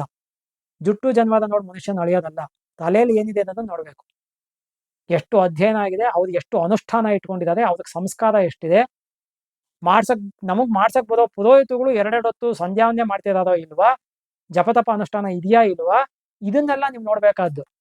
ಅವ್ರ ಅಲಂಕಾರ ಹೆಂಗ್ ಮಾಡ್ತಾರೆ, ಅಲಂಕಾರಕ್ಕೆ ಲೀಸ್ಟ್ ಪ್ರಯಾರಿಟಿ ಕೊಡಬೇಕು. ಆದ್ರೆ ಇವತ್ತು ದುರ್ದೈವ ಅಂದ್ರೆ, ಈಗ ಒಂದು 15-20 ವರ್ಷದಿಂದ ಅಂತವನು ಅಲಂಕಾರಕ್ಕೆ ಜಾಸ್ತಿ ಪ್ರಾಶಸ್ತ್ಯ ಕೊಟ್ಬಿಟ್ಟು ಮಂತ್ರಭಾಗಕ್ಕೆ ಪ್ರಾಶಸ್ತ್ಯನೇ ಇಲ್ಲ ಅನ್ನೋ ತರ ಆಗೋಗಿದೆ.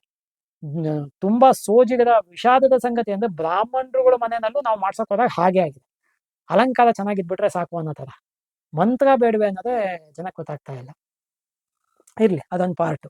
ಸೊ ಹಾಗಾಗಿ ಕಲಶನ ನೀವು ಎಷ್ಟು ಬೇಕಾದ್ರೂ ಇಡ್ಬೋದು, ಎಷ್ಟು ಬೇಕಾದ್ರೂ ಇಡ್ಬೋದು. ಒಂದು ಕಲಶದಲ್ಲಿ ಬೇಕಾದ್ರೂ ಆವಾಹನೆ ಮಾಡ್ತಕ್ಕಂಥದ್ದು ಅನ್ನೋದು ಇದೆ, ಇಲ್ಲ ಅಂತ ಹೇಳ್ತಿಲ್ಲ. ಅದೇ ಸಾಮಾನ್ಯ ಅದು ಮಾಡಲ್ಲ ಆತಲ್ಲ. ಕಡೇ ಪಕ್ಷ ಒಂದು 6 ಕಲಶ, 8 ಕಲಶ, 12 ಕಲಶ, 24 ಕಲಶ, ಹೀಗೆ ಮುಂದಕ್ಕೆ ಯಾವ್ದಾದ್ರು ವಿಭವ, ಯಥಾ ವಿಭವ ಅಂತ ಹೇಳ್ದಂಗೆ, ಅವ್ರು ದುಡ್ಡಿದ್ದಂಗೆ 36 ಕಲಶನೂ ಇಡೋದು ಇರ್ತದೆ. ಒಂದೊಂದಕ್ಕೂ ಜಾಸ್ತಿ ಕಲಶ ಇಟ್ಟು, ಇವಾಗ 60 ವರ್ಷ ಶಾಂತಿ ಮಾಡ್ಬೇಕಾದ್ರೆ 60 ಕಲಶ ಇಟ್ಟು ಮಾಡುವಂಥದ್ದು ಇದ್ದಾರೆ. ಆಕ್ಚುಲಾಗಿ ಎಲ್ಲ ಕಲಶನ ಇಟ್ಟು 98 ಏನಾಗುತ್ತೆ ಅದು. ತಿಥಿವಾದ, ನಕ್ಷತ್ರ, ಯೋಗಕರಣ ಎಲ್ಲದಕ್ಕೂ ಇಟ್ಕೊಂಡು ಹೋಯ್ತು ಅಂದ್ರೆ ಇನ್ನೂ ಜಾಸ್ತಿ ಆಗುತ್ತೆ. ಹೀಗೆಲ್ಲ ಲೆಕ್ಕಾಚಾರ ಇದೆ. ಸೊ ಹಾಗಾಗಿ ನಿಮಗೆ ಎಷ್ಟಾಗುತ್ತೋ ಅಷ್ಟು ಕಲಶಗಳನ್ನ ಇಡಬೇಕಾಗತ್ತೆ, ಕಲಶ ಸ್ಥಾಪನೆ ಮಾಡಬೇಕಾಗತ್ತೆ. ಸೊ ಇಷ್ಟ ದೇವತಾ ಪ್ರಾರ್ಥನೆ, ಗಣಪತಿ ಪೂಜೆ, ಕುಲದೇವತಾ ಪ್ರಾರ್ಥನೆ, ಗಣಪತಿ ಪೂಜೆ, ಪುಣ್ಯಾಹ, ನಾಂದಿ, ಕಲಶ ಸ್ಥಾಪನೆ, ಕಲಶ ಪೂಜೆ. ಇದಕ್ಕೆ ಮೊದಲು ಫಸ್ಟ್ ಗಂಗೆ ಪೂಜೆ ಅಂತ ಮಾಡ್ತಾರೆ ಸಾಮಾನ್ಯ. ಇದು ಇದೆ, ಇಲ್ಲ ಅಂತೇನಿಲ್ಲ. ಆಕ್ಚುಲಿ ಹಳೆ ಕಾಲದಲ್ಲಿ ಕಾಶಿಯಿಂದ ಗಂಗೆ ತಂದಿದ್ದನ್ನ ಒಂದು ಸ್ವಲ್ಪ ನೀರಿಗೆ ಬೆರೆಸ್ಕೊಂಡು ಮಾಡೋದು. ಇಲ್ಲ ಅಂದ್ರೆ ಭೂಮಿ ಒಳಗಡೆ ಇರತಕ್ಕಂತಹ ಜಲಕ್ಕೆ ಗಂಗೆ ಅಂತಾನೆ ಹೆಸರು.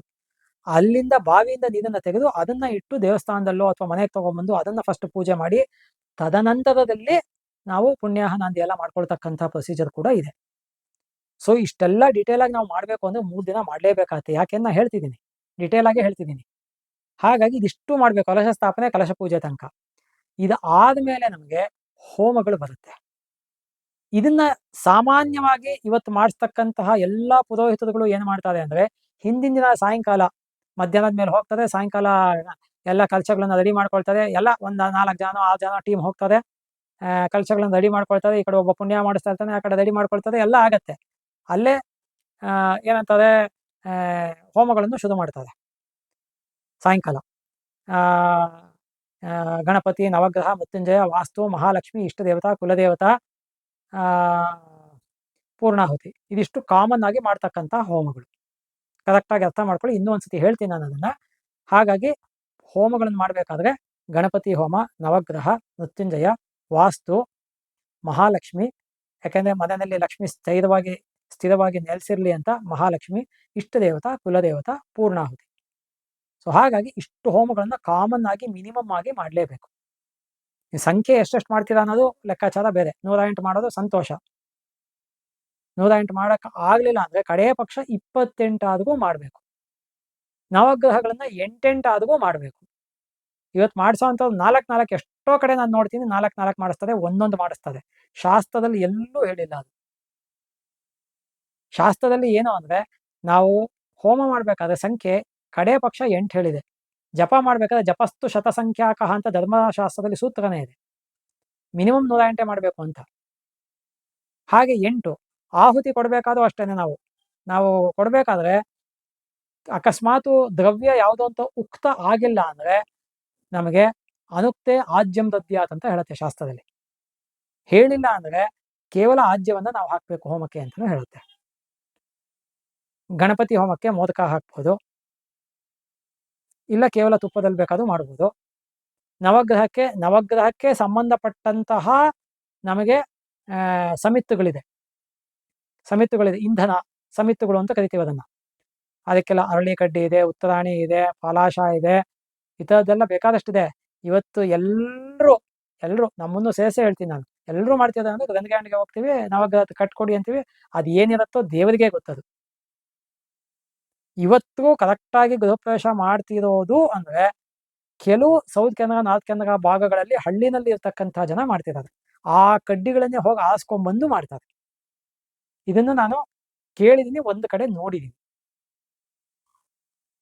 ಇದು ನವಗ್ರಹ ಹೋಮ ಮಾಡತಕ್ಕಂಥ ಇದು. ಆ ನವಗ್ರಹ ಹೋಮಕ್ಕೆ ತುಪ್ಪ, ಚದು ಅಂದ್ರೆ ಬಿಳಿ ಅನ್ನ.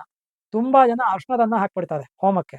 ಚದು ಅನ್ನೋದಕ್ಕೆ ಸಂಸ್ಕೃತದಲ್ಲಿ, ನಾನು ಸಂಸ್ಕೃತ ಪಂಡಿತ ಆದ್ರಿಂದ ಹೇಳ್ತಾ ಇದ್ದೀನಿ, ಚದು ಅನ್ನೋದಕ್ಕೆ ಬಿಳಿ ಅನ್ನ ಅಂತ ಹೆಸರು. ಅದಕ್ಕೆ ಚದು ಸಮಿತ್ ಆಜ್ಯ ದ್ರವ್ಯೈಹಿ ಅಂತಾನೆ ಹೇಳೋದು ನಾವು. ಸೊ ಬಿಳಿ ಅನ್ನವನ್ನು ಹಾಕ್ಬೇಕು, ಇದು ಇಂಪಾರ್ಟೆಂಟ್. ಆಮೇಲೆ ಗಣಪತಿ, ನವಗ್ರಹ, ಮೃತ್ಯುಂಜಯಕ್ಕೆ ಸಮಿತ್ತು, ಆಜ್ಯ, ತಿಲ ಅಂದ್ರೆ ಕರಿಯಳ್ಳು ಹಾಕ್ತಂಥದ್ದು. ಕೆಲವರು ಚದುವನ್ನು ಹಾಕ್ತಾರೆ, ಹಾಕಬಾರ್ದು ಅಂತೇನಿಲ್ಲ, ಅದು ಆಪ್ಷನಲ್, ಐಚ್ಛಿಕ. ಗಣಪತಿ, ನವಗ್ರಹ, ಮೃತ್ಯುಂಜಯ, ವಾಸ್ತು ಚತುಷ್ಟಯ. ಒಂದೊಂದು ವಾಸ್ತು ಚತುಷ್ಟಯ ಮಂತ್ರಗಳು 4 ಬೇರೆ ಬೇರೆ ಮಂತ್ರಗಳಿದೆ. 4 ಮಂತ್ರಗಳನ್ನು 8 ಆಹುತಿ ಮಿನಿಮಮ್ ಕೊಡಬೇಕು. ಇದು ಗಣಪತಿ, ನವಗ್ರಹ, ಮೃತ್ಯುಂಜಯ, ವಾಸ್ತು. ಮಹಾಲಕ್ಷ್ಮಿಯನ್ನ ಸಪಾತ ಭಕ್ಷ್ಯದಿಂದ ಮಾಡಬೇಕು. ಅದೇ ಕೇಸರಿ ಬಾತ್ ಅಂತ ನಾವೇನು ಹೇಳ್ತೀವಿ, ಅದರಿಂದ ತುಪ್ಪನೂ ಹಾಕಿ ಮಾಡ್ತಕ್ಕಂಥದ್ದು. ಆದ್ಯನೂ ಸಪ್ರೇಟಾಗಿ ಹಾಕಿ ಸಪಾತ ಭಕ್ಷ್ಯವನ್ನು ಹಾಕಿ ಮಾಡ್ತಕ್ಕಂಥದ್ದು ಮಹಾಲಕ್ಷ್ಮಿ ಹೋಮ 108 ಮಾಡ್ತಕ್ಕಂಥದ್ದು. ಅದರೊಳಗೆ ಚೌಕಾಸಿ ಮಾಡಬೇಡಿ. ಮಾಡ್ತಿರೋದೇ ಗೃಹಪ್ರವೇಶ ಒಂದ್ಸತಿ ಸಾಮಾನ್ಯ ಮಾಡೋದು ಮನುಷ್ಯ. 108 ಆಹುತಿ ಕೊಡಿ ಕರೆಕ್ಟಾಗಿ. 108 ಸಪರೇಟ್ ಆಹುತಿ ಕೊಡಬೇಕು. ಇವತ್ತಿನ ಲೆಕ್ಕಾಚಾರದಲ್ಲಿ ಯಾವ್ಯಾವ ಥರ ಮಾಡಿಸ್ತಾರೆ ಜನ. 4 ಜನ ಕುತ್ಕೊಂಡು 27 ಹಾಕ್ಲಿ 108 ಆಗೋಯ್ತು ಅಂತ ಅನ್ನಿಸ್ತದೆ. ನಿಮ್ಮ ಟೆಕ್ನಿಕಲ್ ಆಗಿ 108 ಆಗಿರ್ಬೋದು, ಬಟ್ ಆಹುತಿ ನಮಗೆ 108 ಸಪ್ರೇಟ್ ಆಗಿ ಏನು ಬಿದ್ದಿಲ್ಲ ಅಲ್ಲಿ. At A time 4 ಬಿದ್ದಿರೋದು. ಅದು 108 ಸಪ್ರೇಟ್ ಆಗೇನೆ ಮಾಡಿ, ಒಳ್ಳೇದು. ಗಣಪತಿ, ನವಗ್ರಹ, ಮೃತ್ಯುಂಜಯ, ವಾಸ್ತು, ಮಹಾಲಕ್ಷ್ಮಿ, ಇಷ್ಟ ದೇವತಾ, ಕುಲದೇವತಾ, ನಿಮ್ಮ ಮನೆ ದೇವರ ಹೋಮ ಮತ್ತೆ ಕುಲದೇವರ ಹೋಮ, ಇದಿಷ್ಟನ್ನ ಮಾಡಿ ಪೂರ್ಣಾಹುತಿಯನ್ನು ಮಾಡಬೇಕು. ಇದು ದೇವತಾ ಹೋಮ. ಈ ದೇವತಾ ಹೋಮವನ್ನ ಸಾಯಂಕಾಲ ಮಾಡೋದಕ್ಕೆ ಬರೋದಿಲ್ಲ ಆಕ್ಚುಯಲ್ ಆಗಿ. ಇದನ್ನ ಹೇಳಕ್ಕೆ ಇಷ್ಟೆಲ್ಲ ಡೀಟೇಲ್ ಆಗಿ ಹೇಳಿ ನಾನು. ಯಾಕೆ ಅಂದ್ರೆ ಬಹಳ ಹಿಂದೆ ನನಗೊಬ್ರು ಹೇಳಿದ್ರು ಪಂಡಿತರು, ಪ್ರಾತಃ ಕಾಲೇತು ಸಂಪ್ರಾಪ್ತೆ ದೇವಹೋಮಂ ಸಮಾಚರೇತ್, ಸಾಯಂಕಾಲೇತು ಸಂಪ್ರಾಪ್ತೆ ರಕ್ಷಹೋಮಂ ಸಮಾಚರೇತ್. ಸಾಯಂಕಾಲದ ನಂತರದಲ್ಲಿ ರಾಕ್ಷೋಗ್ನ ಹೋಮವನ್ನು ಮಾಡಬೇಕು, ಪ್ರಾತಃ ಕಾಲದಲ್ಲಿ, ಹಗಲಿನಲ್ಲಿ, ಬೆಳಗ್ಗೆ ಹೊತ್ತು ದೇವತಾ ಹೋಮಗಳನ್ನ ಮಾಡಬೇಕು. ಅದು ಅಲ್ಲದೆ ದೇವತಾ ಹೋಮ ಮಾಡೋದಕ್ಕೆ ಮುಂಚೆ ರಾಕ್ಷೋಗ್ನ ಹೋಮ ಆಗಬೇಕು. ಅದನ್ನು ಬೇರೆ ಸಪರೇಟ್ ಕುಂಡದಲ್ಲೇ ಮಾಡಬೇಕು. ಎಷ್ಟೋ ಜನ ಪುರೋಹಿತರು ಅದೇ ಕುಂಡದಲ್ಲೇ ಮಾಡಿಸ್ತಾರೆ, ಅದೇ ಕುಂಡದಲ್ಲಿ ದೇವತಾ ಹೋಮ ಮಾಡ್ತಾರೆ. ಮಾಡಬಾರ್ದು ಹಾಗೆ. ನಾನು ಯಾವಾಗಲೂ ಹೇಳ್ತಿರ್ತೀನಿ, ಮಾಡಬಾರ್ದು ಮಾಡಿದ್ರೆ ಆಗಬಾರ್ದಾಗತ್ತೆ ಅಂತ. ಖಂಡಿತವಾಗ್ಲು ಆ ರಾಕ್ಷೋಗ್ನ ಹೋಮಕ್ಕೆ ಇನ್ನು ಕೆಲವು ಬೇರೆ ಬೇರೆದನ್ನೆಲ್ಲ ಸೇರಿಸ್ತಾರೆ. ವಾಸ್ತು ರಾಕ್ಷೋಗ್ನ ಒಟ್ಟಿಗೆ ಮಾಡೋದು, ಇಲ್ಲಾಂದ್ರೆ ಸುದರ್ಶನ ರಾಕ್ಷೋಗ್ನ ಒಟ್ಟಿಗೆ ಮಾಡೋದು. ನಾನು ರೀಸೆಂಟ್ ಆಗಿ ನೋಡಿದ್ದೀನಿ. ನಾನು ರಾಕ್ಷೋಗ್ನ ಹೋಮ ಅಂದ್ರೆ ರಾಕ್ಷೋಗ್ನ ಹೋಮನೇ ಸಪರೇಟ್ ಆಗೇ ಮಾಡ್ಬೇಕು ಅದನ್ನ. ಯಾಕೆ ಅಂದ್ರೆ ರಾಕ್ಷಸ ದೇವತೆಗಳು ಅಂತಾನೆ ಒಂದಷ್ಟು ಇದಾದ, ಅದು ಹೊಸದ ದೇವತೆಗಳು. ಅವರನ್ನ ಆ ಭೂಮಿಯಿಂದ ಓಡಿಸ್ತಕ್ಕಂತಹದ್ದು, ಅವರು ಹೋದ ಮೇಲೆ ದೇವತಾಗಳನ್ನ ಆವಾಹನೆ ಮಾಡಿ ಹೋಮ ಮಾಡ್ತಕ್ಕಂತಹದ್ದು ಅನ್ನೋದು ಒಂದು ದೃಷ್ಟಿಕೋನ. ಅದು ಆ ಸಾಂಕೇತಿಕವಾಗಿ ರಾಕ್ಷೋಗ್ನ ಹೋಮವನ್ನು ಫಸ್ಟ್ ಮಾಡ್ತಕ್ಕಂಥದ್ದು. ರಾಕ್ಷೋಗ್ನ ಕಲಶವನ್ನು ಫಸ್ಟ್ ಇಡಬೇಕು ಅಂತ ನಾನು ಹೇಳಿದ್ದೆ. ನಾನು ಈ ರಾಕ್ಷೋಗ್ನ ಹೋಮವನ್ನು ಮಾಡಿ ತದನಂತರದಲ್ಲಿ ದೇವತಾ ಹೋಮಗಳನ್ನ, ರಾಕ್ಷೋಗ್ನ ಹೋಮ ಸಾಯಂಕಾಲ ಆಗ್ಬೇಕು. ಸಾಯಂಕಾಲ ಆಗ್ಬೇಕು ಅಂದ್ರೆ ನೀವು ಹಿಂದಿನ ದಿನ ಸಾಯಂಕಾಲ ಶುರು ಮಾಡಿದ್ರೆ ದೇವತಾ ಹೋಮ ಮಾಡ್ಲಿಕ್ಕೆ ಬರೋದಿಲ್ಲ. ನೀವು ಯಾವಾಗ ಮಾಡ್ತೀರಾ? ಹಿಂದಿನ ಬೆಳಗ್ಗೆ ಶುರು ಮಾಡ್ತೀವಿ ಅಕಸ್ಮಾತ್ ಅಂತ ಹೇಳ್ತೀರಾ. ಬೆಳಗ್ಗೆ ಶುರು ಮಾಡಿದಾಗ್ಲೂ ನೀವು ರಾಕ್ಷೋಗ್ನ ಹೋಮ ಮಾಡ್ಲಿಕ್ಕೆ ಬರೋಲ್ಲ. ಯಾಕಂದ್ರೆ ರಾಕ್ಷೋಗ್ನ ಹೋಮ ಸಾಯಂಕಾಲ ಮಾಡಬೇಕು. ಬೆಳಗ್ಗೆ ದೇವತಾ ಹೋಮ ಮಾಡ್ತೀವಿ. ಬೆಳಗ್ಗೆ ದೇವತಾ ಹೋಮ ಮಾಡಕ್ಕೆ ರಾಕ್ಷೋಗ್ನ ಹೋಮ ಮಾಡದೆ ದೇವತಾ ಹೋಮ ಮಾಡ್ಲಿಕ್ಕೆ ಬರಲ್ಲ. ಇದು ತರ್ಕ. ಹಾಗಾಗಿ ಅದಕ್ಕೆ ಹಿಂದಿನ ದಿನ ಶುರು ಮಾಡ್ಕೋಬೇಕು ನೀವು. ಅಂದ್ರೆ ಮೊದಲನೇ ದಿನ ನೀವು ಏನ್ ಮಾಡ್ಬೇಕು ಅಂದ್ರೆ ಗಂಗೆ ಪೂಜೆ ಮಾಡಿ, ಇಷ್ಟ ದೇವತಾ ಕುಲದೇವತಾ ಪ್ರಾರ್ಥನೆ ಮಾಡಿ, ಗಣಪತಿ ಪೂಜೆ, ಪುಣ್ಯಾಹ, ನಾಂದಿ, ಕಲಶ ಸ್ಥಾಪನೆ ಇದಿಷ್ಟು ಆಗ್ಬೇಕು ಬೆಳಗ್ಗೆ. ಸಾಯಂಕಾಲಕ್ಕೆ ಮತ್ತೆ ಪುನಃ ಪೂಜೆ ಆಗಿ, ಕಲಶಗಳು ಇಟ್ಟಿರ್ತಕ್ಕಂಥ ಏನ್ ಕಲಶ ಸ್ಥಾಪನೆ ಆಗೈತೆ ಅದಕ್ಕೆ ಪುನಃ ಪೂಜೆ ಆಗಿ ರಾಕ್ಷೋಗ್ನ ಹೋಮ ಆಗ್ಬೇಕು. ತದನಂತರ ನೆಕ್ಸ್ಟ್ ಡೇ ಮತ್ತೆ ಪುನಃ ಪೂಜೆ ಆಗ್ಬೇಕು ಕಲಶಗಳಿಗೆ. ಆದ್ಮೇಲೆ ದೇವತಾ ಹೋಮಗಳು, ಇವಾಗಷ್ಟೇ ಏನು ಹೇಳಿದೆ ಅಷ್ಟು ಹೋಮಗಳು ಆಗ್ಬೇಕು. ಗಣಪತಿ, ನವಗ್ರಹ, ಮೃತ್ಯುಂಜಯ, ವಾಸ್ತು, ಮಹಾಲಕ್ಷ್ಮಿ, ಇಷ್ಟ ದೇವತಾ, ಕುಲದೇವತಾ, ಪೂರ್ಣಾಹುತಿ. ಈ ಹೋಮಗಳನ್ನ ಮಾಡ್ಬೇಕಾದ್ರೆ ಜಪ ಕಡೆ ಪಕ್ಷ ಮಾಡಿಸಿರ್ಬೇಕು. ಏನು ಜಪ ಸಂಖ್ಯೆ ಮಾಡಿರ್ತೀವಿ ತದ್ದಶಾಂಶ ಹೋಮ, ತದ್ದಶಾಂಶ ತರ್ಪಣ, ತದ್ದಶಾಂಶ ಅನ್ನ ಸಂತರ್ಪಣೆ ಅಂತ ಧರ್ಮಶಾಸ್ತ್ರದಲ್ಲಿ ಇರ್ತಕ್ಕಂಥದ್ದು ಸ್ಮೃತಿ ಗ್ರಂಥಗಳಲ್ಲಿ. ಇದನ್ನ ಯಾರು ಇವತ್ತು ಮಾಡೋದೇ ಇಲ್ಲ, ಯಾರೂ ಮಾಡಲ್ಲ. ಯಾತಕ್ಕೆ ಅಂದ್ರೆ ಕಾಸ್ಟ್ ಜಾಸ್ತಿ ಆಗತ್ತೆ. ಅದು ತಪ್ಪು ಅವ್ರದ್ದು ಇದೆ, ಕರ್ತೃಗಳದ್ದು ಇದೆ. ನಾನು ಪುರೋಹಿತಗಳದ್ದು ಮಾತ್ರ ತಪ್ಪು ನಾನು ಖಂಡಿತ ಹೇಳ್ತಿಲ್ಲ. ಕರ್ತೃಗಳದ್ದು ಕಾಸ್ಟ್ ಅದೇ ತಾನೇ ಆಗತ್ತೆ. ಯಾವ ಕೆಲಸನೂ ಸಣ್ಣ ಪುಟ್ಟ, ಇವಾಗ ಜ್ವರ ಬಂದ್ರೆ ಯಾವ್ದೋ 50 ರೂಪಾಯಿ ಮೆಡಿಸನ್ ಅಲ್ಲಿ ಹೋಗುತ್ತೆ. ಇನ್ ಸ್ವಲ್ಪ ಏನೋ ಒಂದ್ ಸ್ವಲ್ಪ ಜಾಸ್ತಿ ಕಾಯಿಲೆ ಬಂದಿದೆ ಅಂದ್ರೆ 5,000 ಖರ್ಚಾಗುತ್ತೆ. ಕ್ಯಾನ್ಸರ್ ಬಂದ್ರೆ ಲಕ್ಷಾಂತರ ರೂಪಾಯಿ ಖರ್ಚಾಗುತ್ತೆ. ಅಯ್ಯೋ ಕ್ಯಾನ್ಸರ್ ಲಕ್ಷಾಂತರ ರೂಪಾಯಿ ಖರ್ಚು ಮಾಡಲ್ಲ, ನಂಗೆ 50 ರೂಪಾಯಿ ಹೋಗ್ಲಿ ಅಂದ್ರೆ ಇಲ್ಲಿಂದ ಹೋಗುತ್ತೆ. ಹೀಗೆ ಲೆಕ್ಕಾಚಾರ ಇವೆಲ್ಲ. ಹಾಗಾಗಿ ಏನಾಗುತ್ತೆ ಅಂದ್ರೆ ಇದೆಲ್ಲ ಲೆಕ್ಕಾಚಾರ ಇದೆ, ಹಾಗೆ ಮಾಡಬೇಕು ಅಂತ. ನೀವು ಕರೆಯೋ ಜನನ್ ಬೇಕಾದ್ರೆ ಕಮ್ಮಿ ಮಾಡಿ, ಮಾಡೋ ಪ್ರೊಸೀಜರಲ್ಲಿ ಕಮ್ಮಿ ಮಾಡಬೇಡಿ. ಯಾವತ್ತೂ ಲೋಪ ಮಾಡಬೇಡಿ, ಆಡಂಬರ ಮಾಡಬೇಡಿ. ಆಡಂಬರಕ್ಕೆ ಯಾವತ್ತೂ ಭಗವಂತ ಒಲಿಯೋದಿಲ್ಲ. ಸ್ಪಷ್ಟವಾಗಿ ತಿಳ್ಕೊಂಬಿಡಿ. ಆಡಂಬರ ಪತ್ರಂ ಪುಷ್ಪಂ ಫಲಂ ತೋಯಂ ಯೋಮೇ ಭಕ್ತ್ಯಾ ಪ್ರಯಚ್ಛತಿ. ಒಂದು ತುಳಸಿ ದಳ ನೀನು ಭಕ್ತಿಯಿಂದ ಕೊಟ್ಟರು ನಾನು ಸ್ವೀಕಾರ ಮಾಡ್ತೀನಿ. ನೀನು ನನಗೆ ಬೇಕಾದಾಗಿದೆ ಅಂತ ಅಹಂಕಾರದಿಂದ ಬಂಗಾದ ಹೂವ ಕೊಟ್ಟರು ನಾನು ಸ್ವೀಕಾರ ಮಾಡಲ್ಲ. ಯತ್ಕರೋಷಿ ಯದಶ್ನಾಸಿ ಯಜ್ಜುಹೋಸಿ ದದಾಸಿಯತು ಯತ್ ತಪಸ್ಯಸಿ ಕೌಂತೆಯ ತತ್ಕುರುಷ್ವ ಮದರ್ಪಣಂ. ನನಗೆ ಅರ್ಪಣೆ ಮಾಡಿ ಶ್ರದ್ಧಾ ಭಕ್ತಿಯುತನಾಗಿ ನೀನು ನನಗೆ ಭಕ್ತಿಯಿಂದ ಸಮರ್ಪಣೆ ಮಾಡುವಂತ ಕೃಷ್ಣ ಭಗವದ್ಗೀತೆಯಲ್ಲಿ ಹೇಳಿರೋದು.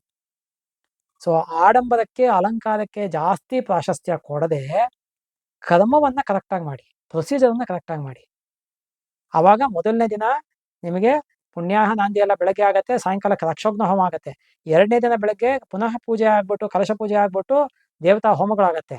ಎರಡನೇ ದಿನ ಸಾಯಂಕಾಲದಲ್ಲಿ ಏನ್ ಮಾಡ್ಬೇಕು ಅಂದ್ರೆ ಸೂರ್ಯಾಸ್ತ ಆದ್ಮೇಲೆ ನೀವು ಅಷ್ಟದಿಕ್ಪಾಲಕ ಬಲಿ, ಇದು ಬಹಳ ಇಂಪಾರ್ಟೆಂಟ್. ಬಲಿಯನ್ನು ರಾತ್ರೋ ಬಲಿಂ ದದ್ಯಾತ್ ಅಂತಾನೆ ಸೂತ್ರ ಇದೆ. ರಾತ್ರೋ ಬಲಿಂ ದದ್ಯಾತ್ ಅಂತ ಸೂತ್ರ ಇದೆ. ಸೂರ್ಯಾಸ್ತ ಆದ್ಮೇಲೆ ಬಲಿಯನ್ನು ಕೊಡಬೇಕು. ಈ ಬಲಿಯನ್ನು ಕೊಡಬೇಕಾದಾಗ ನಾವು ಸಾಮಾನ್ಯವಾಗಿ ಅರ್ಶನದನ್ನೇ ಮಾಡ್ತಕ್ಕಂಥದ್ದು. ಇಲ್ಲಿ ಬಿಳಿಯನ್ನ ಹಾಕಲ್ಲ. ಚದು ಹೋಮ ಮಾಡ್ಬೇಕಾದ್ರೆ ಬಿಳಿಯನ್ನ ಹಾಕಿರ್ತೀವಿ, ಇಲ್ಲಿ ಬಲಿ ಕೊಡ್ಬೇಕಾದ್ರೆ ಅರ್ಶನದನ್ನ ಹಾಕಿರ್ತೀವಿ ಸಾಮಾನ್ಯವಾಗಿ. 8 ದಿಕ್ಕಿಗೆ ಮನೆ ಸುತ್ತೂರ ಜಾಗ ಬರೋ ಹಾಗೆ ಬಿಟ್ಕೊಂಡಿದ್ದು 8 ದಿಕ್ಕು. ಬಿಟ್ಕೊಂಡಿಲ್ಲ ಅಕಸ್ಮಾತ್ ಅಂದ್ರೆ ಮನೆ ಮುಂಭಾಗದಲ್ಲೇ ಮೇನ್ ಡೋರ್ ಎಂಟ್ರೆನ್ಸ್ ಏನಿರುತ್ತೆ ಅಲ್ಲೇ 8 ದಿಕ್ಕಿಗೆ 8 ಕಡೆಗೆ ನೀಟಾಗಿ ಅದನ್ನ ನೀರು ಚುಮುಕ್ಸಿ ಎಲ್ಲ ಶುದ್ಧ ಮಾಡಿ ಭೂಮಿಯನ್ನ, ಎಲೆಗಳನ್ನ 8 ದಿಕ್ಕುಗೂ 8 ಹಾಕಿ, ಮಧ್ಯದಲ್ಲಿ ಪ್ರಧಾನ ವಾಸ್ತು ಬಲಿಗೆ ಎಲೆಗಳನ್ನ ಹಾಕಿ, ಅಲ್ಲಿಗೆಲ್ಲ ಬಲಿಗೆ ಅನ್ನವನ್ನ ಇಟ್ಟು ಅದನ್ನ ನೈವೇದ್ಯ ಮಾಡಿ ಭೋ ಇಂದ್ರ ಅಸ್ಯ ಯಜ್ಞ ಅಸ್ಯ ಯಜಮಾನಸ್ಯ ಅವ್ರ ಗೋತ್ರ ನಕ್ಷತ್ರ ಎಲ್ಲ ಹೇಳ್ಬಿಟ್ಟು ಶಾಂತಿಕರ್ತ ತುಷ್ಟಿಕರ್ತ ಪುಷ್ಟಿಕರ್ತ ಆರೋಗ್ಯಕರ್ತ ಆಯುಷ್ಯಕರ್ತ ಅನ್ನಾದ್ಯಕರ್ತ ಭವ ಇಮಂ ಬಲಿಂ ನಿವೇದಯಾಮಿ ಇಮಂ ಬಲಿಂ ಗೃಹಾಣ ಭೋ ಅಗ್ನಿ. ಹೀಗೆ ಒಂದೊಂದಕ್ಕೂ ಮಂತ್ರಗಳಿದೆ. ಲಾಸ್ಟ್ ಅಲ್ಲಿ ಭೋ ವಾಸ್ತುಪುರುಷ ಅಸ್ಯ ಯಜಮಾನಸ್ಯ ಗೋತ್ರೋದ್ಭವಸ್ಯ ನಕ್ಷತ್ರ ರಾಶೋದಾದಸ್ಯ ಸಮಸ್ತ ಕುಟುಂಬಸ್ಯ ಶಾಂತಿಕರ್ತ ತುಷ್ಟಿಕರ್ತ ವೃದ್ಧಿಕರ್ತ ಆಯುಷ್ಯಕರ್ತ ಆರೋಗ್ಯಕರ್ತ ಅನ್ನಾದ್ಯಕರ್ತ ಭವ ಇಮಂ ಬಲಿಂ ನಿವೇದಯಾಮಿ ಇಮಂ ಬಲಿಂ ಗೃಹಾಣ ಯಜಮಾನಂ ರಕ್ಷಸ್ವ ಯಜಮಾನಸ್ಯ ಕುಟುಂಬಂ ರಕ್ಷಸ್ವ. ಇದೆಲ್ಲವನ್ನು ಹೇಳಬೇಕು. ಮಾಡೋ ಕೆಲಸನ ಶ್ರದ್ಧೆಯಿಂದ ಮಾಡಬೇಕು. ಇದನ್ನೇ ನಾನು ಪದೇ ಪದೇ ಹೇಳೋದು. ಶ್ರದ್ಧೆಯಿಂದ ಮಾಡಿಸೋದು ಶ್ರದ್ಧೆಯಿಂದ ಮಾಡಿಸ್ಬೇಕು, ಮಾಡೋನು ಶ್ರದ್ಧೆಯಿಂದ ಮಾಡಬೇಕು. ಹೀಗೆ ಅಷ್ಟದಿಕ್ಪಾಲಕ ಬಲಿ ಪ್ರಧಾನ ವಾಸ್ತು ಬಲಿ.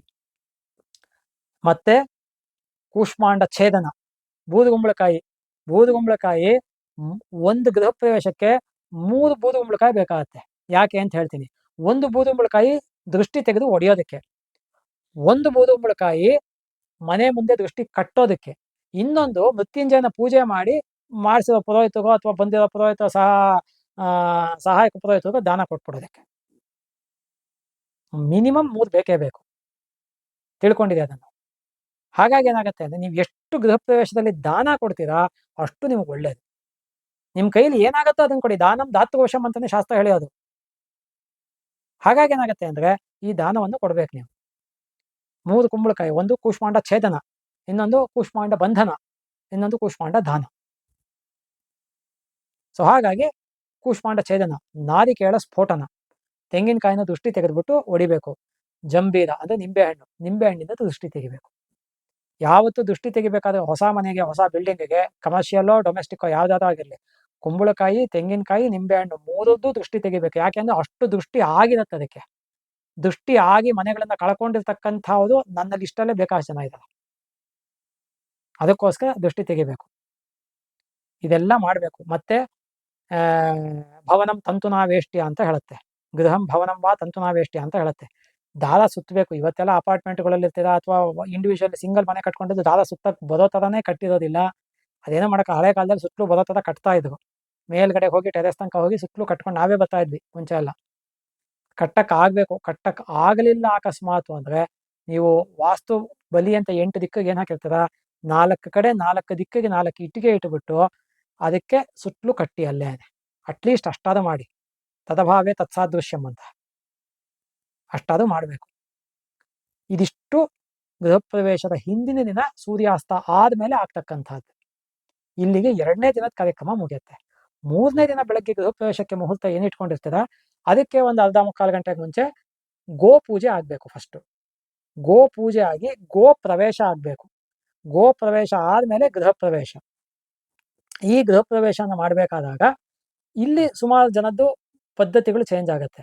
ಸಾಮಾನ್ಯವಾಗಿ ಮನೆ ಯಜಮಾನ ಯಾರಿರ್ತಾನೆ ಅವನು ದೇವತಾ ವಿಗ್ರಹಗಳನ್ನ ಅಥವಾ ದೇವರನ್ನ ಇಟ್ಕೊಂಡಿರ್ತಾನೆ. ಮನೆ ಯಜಮಾನಿ ಯಾರಿರ್ತಾಳೆ ಆಕೆ ಅರ್ಶಿನ ಕುಂಕುಮ ತಟ್ಟೆ ಇಟ್ಕೊಂಡಿರ್ತಾಳೆ. ಇಲ್ಲ ಅಂದ್ರೆ ಧಾನ್ಯಗಳನ್ನೆಲ್ಲ ಒಂದೊಂದು ಕಪ್ಪಲ್ಲಿ ಹಾಕಿರೋ ತಟ್ಟೆನ ಇಟ್ಕೊಂಡಿರ್ತಾಳೆ. ಇಲ್ಲ ಅಂದ್ರೆ ಕಲಶವನ್ನ ಇಟ್ಕೊಂಡಿರ್ತಾಳೆ. ಕಲಶ ಮತ್ತೆ ತೆಂಗಿನಕಾಯಿ ಏನಿಟ್ಟಿರ್ತೀವಿ ಅದನ್ನ ಇಟ್ಕೊಂಡಿರ್ತಾಳೆ. ಪೂರ್ಣ ಕುಂಭ ಅಂತ ಕರಿತೀವಿ ಅದನ್ನ. ಇಲ್ಲ ಅಂದ್ರೆ ಇದನ್ನ ತುಳಸಿ ಗಿಡನ ಇಟ್ಕೊಂಡಿರ್ತಾಳೆ. ನೀವು ಯಾವ್ದನ್ನ ಬೇಕಾದ್ರೂ ಇಟ್ಕೋಬಹುದು, ಅಥವಾ ಒಬ್ಬೊಬ್ರು ಒಂದೊಂದನ್ನ ಇಟ್ಕೋಬಹುದು.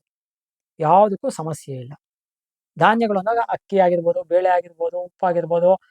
ಕೆಲವರೆಲ್ಲ ಉಪ್ಪು ಹುಣಸೆಹಣ್ಣು ಇಡ್ಬೋದಾ ಅಂತೆಲ್ಲ ಕೇಳ್ತಾರೆ. ಎಲ್ಲಾನು ನೀವು ಫುಡ್ಗೆ ಹಾಕ್ತಿದ ಪ್ರತಿನಿತ್ಯಕ್ಕೆ ಅನ್ನೋದೆಲ್ಲ ಇಡ್ತಕ್ಕಂಥದ್ದೇ. ಹಾಗಂತ ಹುಳಿ ಪುಡಿ ಮೆಣಸಿನ ಪುಡಿ ಇಡಿ ಅಂತ ಹೇಳ್ತಿಲ್ಲ. ಮೇನ್ ರಾ ಮೆಟೀರಿಯಲ್ಸ್ ಬೇಸಿಕ್ ಏನಿದೆ, ಅಕ್ಕಿ ಆಗ್ಲಿ, ಬೇಳೆ ಆಗ್ಲಿ, ಉಪ್ಪಾಗ್ಲಿ, ಹುಣಸೆಹಣ್ಣು ಆಗ್ಲಿ, ಬೆಲ್ಲ ಆಗ್ಲಿ, ಸಕ್ಕರೆ ಆಗ್ಲಿ, ಒಂದು ಕಪ್ಪಲ್ಲಿ ಹಾಲಾಗ್ಲಿ ಎಲ್ಲ ಇಟ್ಕೊಳ್ತಕ್ಕಂಥದ್ದು. ಇದೆಲ್ಲವನ್ನು ಇಟ್ಕೊಂಡು ಕಲಶ ಪೂರ್ಣ ಕುಂಭವನ್ನು ಇಟ್ಕೊಂಡು ಆ ಕೊಟ್ಟಿರ್ತಕ್ಕಂತಹ ಮುಹೂರ್ತದಲ್ಲ ಒಳಗೆ ಗೋ ಪೂಜೆ ಆಗಿ ಗೋ ಪ್ರವೇಶ ಆಗಿ ಗೃಹ ಪ್ರವೇಶ ಯಜಮಾನನು ಮಾಡಬೇಕು. ಈ ಗೃಹ ಪ್ರವೇಶ ಆದ್ಮೇಲೆ ಆ ದೇವ್ರನ್ನೆಲ್ಲ ದೇವ್ರ ಮನೆಗೆ ತೊಗೊಂಡೋಗಿ ಇಡಬೇಕು, ಅಥವಾ ಯಾವ ಜಾಗ ಇರುತ್ತೋ ಅಲ್ಲಿ ಪೂರ್ವ ನಿಯೋಜಿತ ಜಾಗದಲ್ಲಿ ಇಟ್ಬಿಟ್ಟು ಆಮೇಲೆ ಹಾಲು ಉಕ್ಕಿಸ್ಬೇಕು. ಕ್ಷೀರೋದ್ಗಚ್ಚನ ಕಾರ್ಯ ಅಂತ ಕರಿತೀವಿ ಅದನ್ನು. ಕ್ಷೀರ ಉದ್ಗಚ್ಚನ, ಹಾಲು ಉಕ್ಸೋದು. ಹಾಲು ಉಕ್ಕಿದ ಮೇಲೆ ಇಲ್ಲಿ ದೇವ್ರ ಪೂಜೆ ಮಾಡಬೇಕು. ದೇವ್ರ ಮನೆಯಲ್ಲಿ ಏನು ದೇವ್ರ ತಂದು ಫಸ್ಟ್ ಟೈಮ್ ಇಟ್ಟಿರ್ತೇನೆ ನೀವು, ಮೊದಲನೇ ಪೂಜೆ ಅದು. ಅದನ್ನ ಶ್ರದ್ಧೆಯಿಂದ ಪೂಜೆ ಮಾಡಬೇಕು. ಅದಕ್ಕೆ ನೈವೇದ್ಯಕ್ಕೆ ಹಾಲು ಉಕ್ಕಿಸಿದ್ದನ್ನೇ ನೈವೇದ್ಯಕ್ಕೆ ಇಡಬೇಕಲ್ಲಿ. ಮತ್ತು ಬೇರೆ ಹಣ್ಣುಗಳನ್ನ ಇಟ್ಕೋಬೇಕು. ಇಟ್ಕೊಂಡು ಮಾಡಬೇಕು. ಇದಾದ್ಮೇಲೆ ಫಲಪೂಜೆ ಮಾಡಬೇಕು. ಇದನ್ನು ತುಂಬಾ ಜನ ಮಾಡಿಸೋದೇ ಇಲ್ಲ. ಅಥವಾ ಕೆಲವು ಕರ್ತೃಗಳನ್ನು ಮಾಡೋದಿಲ್ಲ. ಮಾಡಬೇಕು ಫಲಪೂಜೆ. ಮಿನಿಮಮ್ 5 ತಾಂಬೂಲ ತೆಂಗಿನಕಾಯಿ ಅಥವಾ ಅದಕ್ಕಿಂತ ಜಾಸ್ತಿ ಎಷ್ಟು ಬೇಕಾದ್ರೂ ಇಡ್ಬೋದು. ಇಟ್ಟು ಪೂಜೆ ಮಾಡಿ ಅದಕ್ಕೆ ಫಲಂ ಮನೋರಥ ಫಲಂ ಪ್ರದದಾತಿ ಸದಾ ನೃಣಂ ಪುತ್ರಪೌತ್ರ ಅಭಿವೃದ್ಧ್ಯರ್ಥಂ ಅತಃ ಶಾಂತಿಂ ಪ್ರಯಚ್ಛಮೆ ಇದಂ ಫಲಂ ದಕ್ಷಿಣಾದಾನಂ ಶ್ರೀ ಮಹಾವಿಷ್ಣು ಪ್ರೀತಿಂ ಕಾಮೈಮಾನಃ ತುಭ್ಯಮಹಂ ಸಂಪ್ರದದೆ ನಮಮ ನಮಮ ಅಂತ ಹೇಳಿ ಹೆಂಡತಿ ಕೈಲಿ ಅಕ್ಷತೆ ನೀರು ಹಾಕಿಸ್ಕೊಂಡು ಎಲ್ಲದಕ್ಕೂ ಬಿಟ್ಟು ಕೃಷ್ಣಾರ್ಪಣ ಮಸ್ತು ಅಂತ ಹೇಳಿ ಪುರೋಹಿತಗಳಿಗೆ ಕೊಡ್ಬೇಕು. ಅದನ್ನು ಫಲಪೂಜೆ ಮಾಡಿ ಫಲವನ್ನು ಕೊಡಬೇಕು, ಆಶೀರ್ವಾದ ತಗೋಬೇಕು. ಬಹಳ ಇಂಪಾರ್ಟೆಂಟ್ ಇದು. ಎಲ್ಲರೂ ಕೂಡ ಆಶೀರ್ವಾದ ತಗೋಬೇಕು. ಇಲ್ಲಿಗೆ ಗೃಹ ಪ್ರವೇಶದ ಒಂದು ಹಂತ ಮುಗಿಯುತ್ತೆ. ಇದಾದ್ಮೇಲೆ ಸಾಮಾನ್ಯ ದಕ್ಷಿಣ ದೇಶದಲ್ಲಿ ಸತ್ಯನಾರಾಯಣ ಪೂಜೆ ಮಾಡ್ತಕ್ಕಂತಹದ್ದು, ಸತ್ಯನಾರಾಯಣ ಪೂಜೆ ಮಾಡಕ್ಕೆ ಪದ್ಧತಿ ಇಲ್ಲ ಅಂತ ಕೆಲವರು ಹೇಳ್ತಕ್ಕಂಥದ್ದು, ರುದ್ರಾಭಿಷೇಕ ಮಾಡ್ತಕ್ಕಂಥದ್ದು ಅಥವಾ ಇನ್ನೇನೋ ಕಾರ್ಯಕ್ರಮ ಹಮ್ಮಿಕೊಂಡಿರ್ತಕ್ಕಂಥದ್ದು ಇರುತ್ತೆ. ಅದನ್ನ ತದನಂತರದಲ್ಲಿ ನೀವು ಮಾಡ್ಕೋಬಹುದು. ಸತ್ಯನಾರಾಯಣ ಪೂಜೆ ಮಾಡಬಾರ್ದು ಅಂತಿಲ್ಲ, ಮಾಡಬಹುದು, ಮಾಡ್ಬೋದು. ಯಾವುದು ಮಾಡಬಾರ್ದು ಅಂತಿಲ್ಲ. ಸ್ಕಂದ ಪುರಾಣದಲ್ಲಿ ಹೇಳಿದೆ ಸತ್ಯನಾರಾಯಣ ಪೂಜೆ. ತುಂಬಾ ಜನ ಅದನ್ನ ಪ್ರಶ್ನೆ ಕೇಳಿದ್ರು ನನ್ನ, ಸತ್ಯನಾರಾಯಣ ವ್ರತಕಥೆನೇ ಹೇಳಿಲ್ಲ ಆಕ್ಚುಲಿ ಎಲ್ಲೋನು ಅಂತ. ಸ್ಕಾಂದ ಪುರಾಣದಲ್ಲಿ ಇದೆ, ನಿಮ್ಗೆ ಗೊತ್ತಿಲ್ಲ ಅಂದ್ರೆ ಬಂದು ನಾನು ತೋರಿಸ್ಕೊಡ್ತೇನೆ. ಆದ್ರೆ ಸತ್ಯನಾರಾಯಣ ವ್ರತಕಥೆನಲ್ಲಿ 5 ಅಧ್ಯಾಯ ಅಂತ ಎಲ್ಲ ಏನಿದೆ ಅಷ್ಟೆಲ್ಲ ಏನಿಲ್ಲ. ಅಲ್ಲಿರೋದು 2 ಅಧ್ಯಾಯ ಆಕ್ಚುಯಲ್ ಆಗಿ. ಅದನ್ನ ಇವ್ರು 5 ಅಧ್ಯಾಯ ತರ ಮಾಡ್ಕೊಂಡಿದ್ದಾರೆ ಅಷ್ಟೇ. ಇರೋದು 2 ಕತೆ, ಅದನ್ನ ಸುಮ್ಮನೆ ಇವ್ರು 4-5 ಕತೆ ಮಾಡ್ಕೊಂಡಿದ್ದಾರೆ. ಅದೇ ಮತ್ತೆ ಪ್ರತಿ ಕತೆಗೂ ತೆಂಗಿನಕಾಯಿ ಹೊಡಿಬೇಕು, ಇದು ಮಾಡ್ಬೇಕು, ಅವೆಲ್ಲ ಏನು ಇಲ್ಲ. ಜನ ಮಾಡ್ಕೊಂಡ್ ಬಂದಿದ್ದಾರೆ ಅಷ್ಟೇ ಅದನ್ನೆಲ್ಲ. ಯಾಕಂದ್ರೆ ಬಂದಿರೋರಿಗೆಲ್ಲ ನೈವೇದ್ಯನೋ ಅಥವಾ ನಾವು ಮಾಡ್ಕೊಡಕ್ಕಾಗತ್ತೆ, ಒಂದು ತೆಂಗಿನಕಾಯಿ ಹೊಡ್ಕೊಡಕ್ಕಾಗತ್ತೆ ಅನ್ನೋ ಲೆಕ್ಕಾಚಾರದಲ್ಲ, ಬಾಳೆಹಣ್ಣು ಕೊಡಕ್ಕಾಗತ್ತೆ ಅನ್ನೋ ಲೆಕ್ಕಾಚಾರದಲ್ಲ ಮಾಡ್ಕೊಂಡಿದ್ದಾರೆ. ಅದು ಮಾಡ್ಲೇಬೇಕು ಅನ್ನೋ ಮ್ಯಾಂಡೇಟರಿ ಏನಲ್ಲ, ಅದು ಮಾಡ್ಲೇಬೇಕು ಅಂತ ಏನಿಲ್ಲ. ಕತೆ ಓದ್ಕೊಂಡೋಗಿ ಬೇಕಾದ ಒಂದು ಕತೆ ಆದ್ಮೇಲೆ ಕಥಾಂತರೆ ನೀರಾಜನಂ ಅಂತ ಮಂಗಳಾರತಿ ಮಾಡಿದ್ರು ಆಗತ್ತೆ. ಇಲ್ಲ ರುದ್ರಾಭಿಷೇಕ ಮಾಡಿದ್ರು ಆಗತ್ತೆ. ಇಲ್ಲ ವಿಷ್ಣು ಸಹಸ್ರ ಪಾರಾಯಣ ಇಟ್ಕೊಂಡಿದ್ರು ಒಬ್ಬರು ಮನೆಯಲ್ಲಿ ಬಂದೆ ರೀಸೆಂಟ್ ಆಗಿ. ಹಾಗೆ ಏನೋ ಒಂದು ಇದು ಏನ್ ಬೇಕಾದ್ರೂ ಮಾಡ್ಕೋಬಹುದು. ಇದು ಗೃಹ ಪ್ರವೇಶದ ಪ್ರೊಸೀಜರ್ ಆದ್ರಿಂದ 3 ದಿನ ಮಾಡಿದ್ರೆ ಮಾತ್ರನೇ ನಿಮಗೆ ಕಂಪ್ಲೀಟ್ ಪ್ರೊಸೀಜರ್ ಅಲ್ಲಿ ಮಾಡ್ಲಿಕ್ಕೆ ಆಗೋದು. 2 ದಿನ ಮಾಡಿದ್ರೆ ಮಾಡ್ಲಿಕ್ಕೆ ಸಾಧ್ಯನೇ ಇಲ್ಲ. 1 ದಿನದಲ್ಲಿ ಔಟ್ಡೇಟೆಡ್, ಆಗೋದೇ ಇಲ್ಲ, ಇಂಪಾಸಿಬಲ್. ಹಾಗಾಗಿ ಗೃಹ ಪ್ರವೇಶದ ಸಂಪೂರ್ಣ ಒಂದು ಪ್ರೊಸೀಜರ್ ಅನ್ನೋದು ಶಾಸ್ತ್ರದಲ್ಲಿ ಹೇಳಿರ್ತಕ್ಕಂಥದ್ದು ಈ ರೀತಿ ಹೇಳಿದೆ. ಇದನ್ನೇ ವಾಸ್ತುಶಾಂತಿ ಅಂತ ಹೇಳ್ತೀವಿ, ವಾಸ್ತು ಪ್ರಕರಣ ಅಂತ ಹೇಳ್ತೀವಿ ನಾವು ಟೆಕ್ನಿಕಲ್ ಆಗಿ. ಇದನ್ನೇ ಮಾಡ್ಕೊಂಡು ಬರ್ತಕ್ಕಂಥದ್ದು. ವಾಸ್ತು ಮಂಡಲಕ್ಕೆ ಇವಾಗ ಸೌತ್ ಕನ್ನಡ ಕಡೆ ಅದೆಲ್ಲ ಮಂಡಲ ಹಾಕಿರ್ತಾರೆ ಎಲ್ಲಾನು. ನಮ್ಮ ಕಡೆ ಸಾಮಾನ್ಯ ಮಂಡಲ ಹಾಕೋ ಪದ್ಧತಿ ಇಲ್ಲ. ಇತ್ತೀಚೆಗೆ ಕೆಲವೆಲ್ಲ ಮಂಡಲ ಅಂತ ಹಾಕಿಸ್ತಾ ಇದ್ದಾರೆ. ಅದೆಲ್ಲ ನಿಮ್ಮ ಆಪ್ಷನ್ ಅಲ್ಲಿ ಬಿಟ್ಟಿದ್ದು.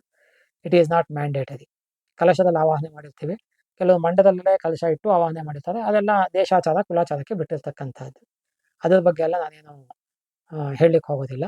ಸೊ ಅದು ಯಾವ್ದಾವ್ದಕ್ಕೆ ಬಿಟ್ಟಿರ್ತಕ್ಕಂಥದ್ದು, ಅದ್ರ ಬಗ್ಗೆ ಏನಿದಿಲ್ಲ. ಈ ಮಾಡೋ ಪ್ರೊಸೀಜರ್ನೆಲ್ಲ ಕರೆಕ್ಟಾಗಿ ಮಾಡ್ಕೊಂಬನ್ನಿ. ರಕ್ಷೋಗ್ನ ಹೋಮ ಸಪರೇಟ್ ಹೋಮಕುಂಡದಲ್ಲೇ ಆಗಬೇಕು, ಅದು ಒಂದೇ ಸಪರೇಟ್ ಹೋಮ ಆಗಬೇಕು. ಆದಷ್ಟು ಭೂಮಿಗೆ ಗ್ರೌಂಡ್ ಫ್ಲೋರ್ ಅಂತ ಏನು ಹೇಳ್ತೀವಿ ಅಲ್ಲೇ ರಕ್ಷೋಗ್ನ ಹೋಮ ಆಗಬೇಕು. ಯಾವತ್ತೂ ಕೆಳಗೆ ಆಗ್ಬೇಕು ಎಲ್ಲ ಹೋಮಗಳು. ಮೇಲೆಲ್ಲೋ ಇದೆ, ಇವಾಗ ಅಪಾರ್ಟ್ಮೆಂಟ್ಗಳಿರುತ್ತೆ ಅದನ್ನ ಮೇಲ್ ಮಾಡ್ತಾರೆ ಅಷ್ಟೇ ಹೊರತು ಮೇಲ್ಮೇಲಕ್ಕಲ್ಲ. ಹೊಗೆ ಯಾವತ್ತು ಮೇಲೆ ಹೋಗುತ್ತೆ ಹೊರತು ಕೆಳಗೆ ಬರಲ್ಲ. ಗ್ರೌಂಡ್ ಫ್ಲೋರಲ್ಲಿ ಮಾಡಿದ್ದು 10ನೇ ಫ್ಲೋರ್ ತನಕನೂ ಹೋಗೋದು ಬೇಕಾದ್ರೆ ಹೊಗೆ. ನಾವು 2ನೇ ಫ್ಲೋರಲ್ಲಿ ಮಾಡಿದ್ದು ಗ್ರೌಂಡ್ ಫ್ಲೋರ್ಗೆ ಬರಲ್ಲ. ಹಾಗಾಗಿ ಭೂಮಿಗೆ ಯಾವುದು ಅಟ್ಯಾಚ್ ಆಗಿರುತ್ತೆ ಇದು ನೆಲಕ್ಕೆ, ರೋಡ್ಗೆ, ಭೂಮಿಗೆ ಎಲ್ಲ, ಅಂಥ ಒಂದು ಅಂತಸ್ತಿನಲ್ಲಿ ನಾವು ಫ್ಲೋರಲ್ಲಿ ಮಾಡಬೇಕಾದ್ದು. ಎಲ್ಲವನ್ನು ಕರೆಕ್ಟಾಗಿ ನಾವು ಅರ್ಥ ಮಾಡ್ಕೋಬೇಕು. ಹೀಗೆ ಮಾಡಿದ್ರೇನೆ ಒಂದು ಗೃಹ ಪ್ರವೇಶ ಅನ್ನೋದು ಕಂಪ್ಲೀಟ್ ಆಗಿ ಆಗ್ತಕ್ಕಂಥದ್ದು. ಗೃಹ ಪ್ರವೇಶ ಸ್ಥಿರ ಲಗ್ನದಲ್ಲಿ ಮಾಡಬೇಕು, ಬ್ರಾಹ್ಮಿ ಮುಹೂರ್ತದಲ್ಲಿ, ಇಲ್ಲ ಅಂದ್ರೆ ರವಿ ಏಕಾದಶ ಇರ್ಬೋದು. ತುಂಬಾ ಅಪರೂಪ ಸಿಗೋದು ರವಿ ಏಕಾದಶ ಅಂದ್ರೆ ಸೂರ್ಯ 11ನೇ ಮನೆ ಇರೋದು. ಅಭಿಜಿನ್ ಮುಹೂರ್ತ ಅನ್ನೋದು ತುಂಬಾನೇ ಔಟ್ಡೇಟೆಡ್ ಆಗೋದು. ಗೃಹ ಪ್ರವೇಶಕ್ಕೆ ಚೆನ್ನಾಗಿರಲ್ಲ ಅದು. ಅಭಿಜಿನ್ ಮುಹೂರ್ತ ಒಳ್ಳೇದು, ಆದ್ರೆ ಗೃಹ ಪ್ರವೇಶಕ್ಕೆ ಚೆನ್ನಾಗಿರಲ್ಲ ಅದು. 11 ಗಂಟೆ 12 ಗಂಟೆ ಮೇಲೆ ಇಡ್ತೀವಿ ಅಂದ್ರೆ ಆ ಊಟ ಟೈಮು ಎಲ್ರಿಗೂ ಅನಾನುಕೂಲ, ಎಲ್ಲ ತೊಂದರೆ. ಸೊ ಬ್ರಾಹ್ಮಿ ಮುಹೂರ್ತ, ಇಲ್ಲ ರವಿ ಏಕಾದಶ, ಇಲ್ಲ ಗೋಧುಳಿ ಲಗ್ನ, ಈ 3 ಗೃಹ ಪ್ರವೇಶಕ್ಕೆ ಪ್ರಶಸ್ತ. ಸೊ ಗೃಹ ಪ್ರವೇಶದ ಬಗ್ಗೆ ನೂರಾರು ಜನ ನನಗೆ ಪ್ರೊಸೀಜರ್ ಬಗ್ಗೆ ಕೇಳಿದ್ರು, ಗುದ್ಲಿ ಪೂಜೆ ಬಗ್ಗೆ ಕೇಳಿದ್ರು, ವಾಸ್ಕಲ್ ಹಿಡಿಯೋದ್ರ ಬಗ್ಗೆ ಕೇಳಿದ್ರು. ಇದೆಲ್ಲಾನು ನೀವು ಕರೆಕ್ಟಾಗಿ ಮಾಡ್ತೀವಿ ಅಂದ್ರೆ ಹೀಗೇ ಮಾಡಬೇಕು. ಸರ್, ಈಗ ನೀವು ತಿಳಿಸ್ಕೊಟ್ಟಂತಹ ಗೃಹ ಪ್ರವೇಶದ ಇಷ್ಟು ಡೀಟೇಲ್ಡ್ ಆಗಿರುವಂತಹ ಒಂದು ಪ್ರೊಸೀಜರ್ ಏನಿದೆ, ಇದಲ್ಲದೆ ದುಡ್ಡಿನ ಅಭಾವದಿಂದ ಒಂದು ವೇಳೆ ನಾನು ಮನೆ ಪೂರ್ತಿ ಕಮ್ಮಿ ಖರ್ಚಲ್ಲಿ ಮಾಡ್ಕೊಳ್ಬೇಕು ಅನ್ನೋ ಒಂದು ಉದ್ದೇಶ ಇತ್ತು ಅಂದ್ರೆ, ಆಗ ಶಾಸ್ತ್ರ ಸಮ್ಮತವಾಗಿ ಇದನ್ನ ಕಂಡೆನ್ಸ್ ಮಾಡಿ ಅಥವಾ ತುಂಬಾ ಕಮ್ಮಿ ಸ್ಕೇಲ್ ಅಲ್ಲಿ ಮಾಡೋದು ಹೇಗೆ ಅನ್ನೋದನ್ನ ದಯವಿಟ್ಟು ತಿಳಿಸ್ಕೊಡಿ ಸರ್.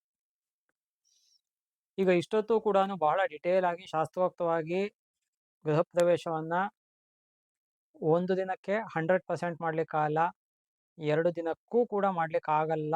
ಯಾಕೆ ಆಗಲ್ಲ ಅನ್ನೋದನ್ನ ಬಹಳ ಡೀಟೇಲ್ ಆಗೇನೆ ಸುಮಾರು ಒಂದು ಮುಕ್ಕಾಲು ಗಂಟೆ ಮೇಲೆ ತಿಳಿಸ್ಕೊಟ್ಟಿದ್ದೀವಿ. ಇನ್ನು ಇದ್ರೊಳಗೆ ಕಂಡೆನ್ಸ್ ಮಾಡ್ಬೇಕು. ಯಾಕಂದ್ರೆ ಇವತ್ತಿನ ಲೈಫ್ ಸ್ಟೈಲ್‌ಗಳಲ್ಲಿ ಸಾಮಾನ್ಯವಾಗಿ ಇವಾಗ ನಾವು ಪುರೋಹಿತರು, ಬೇರೆ ಪುರೋಹಿತಗಳು ತುಂಬಾ ಜನ ಹೋಗ್ತಾರೆ.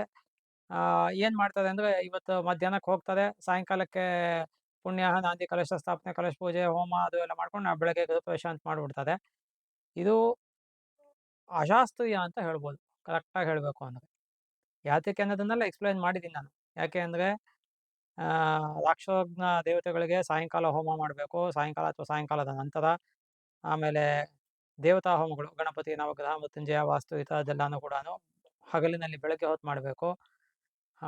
ಹಾಗೆ ನೋಡೋಕೆ ಹೋಯ್ತು ಅಂದ್ರೆ ಒಂದು ಲೆಕ್ಕಾಚಾರದಲ್ಲಿ ಪ್ರಯೋಗದಲ್ಲಿ ವೃದ್ಧಿ ಶ್ರಾದ್ದ ಅಥವಾ ನಾಂದಿ ಅಂತ ನಾವೇನು ಕರಿತೀವಿ ಅದನ್ನು ಕೂಡ ಬೆಳಗ್ಗೆನೆ ಮಾಡಬೇಕು. ಸಾಯಂಕಾಲ ಮಾಡೋದನ್ನ ಸಾಮಾನ್ಯವಾಗಿ ಒಪ್ಪೋದಿಲ್ಲ.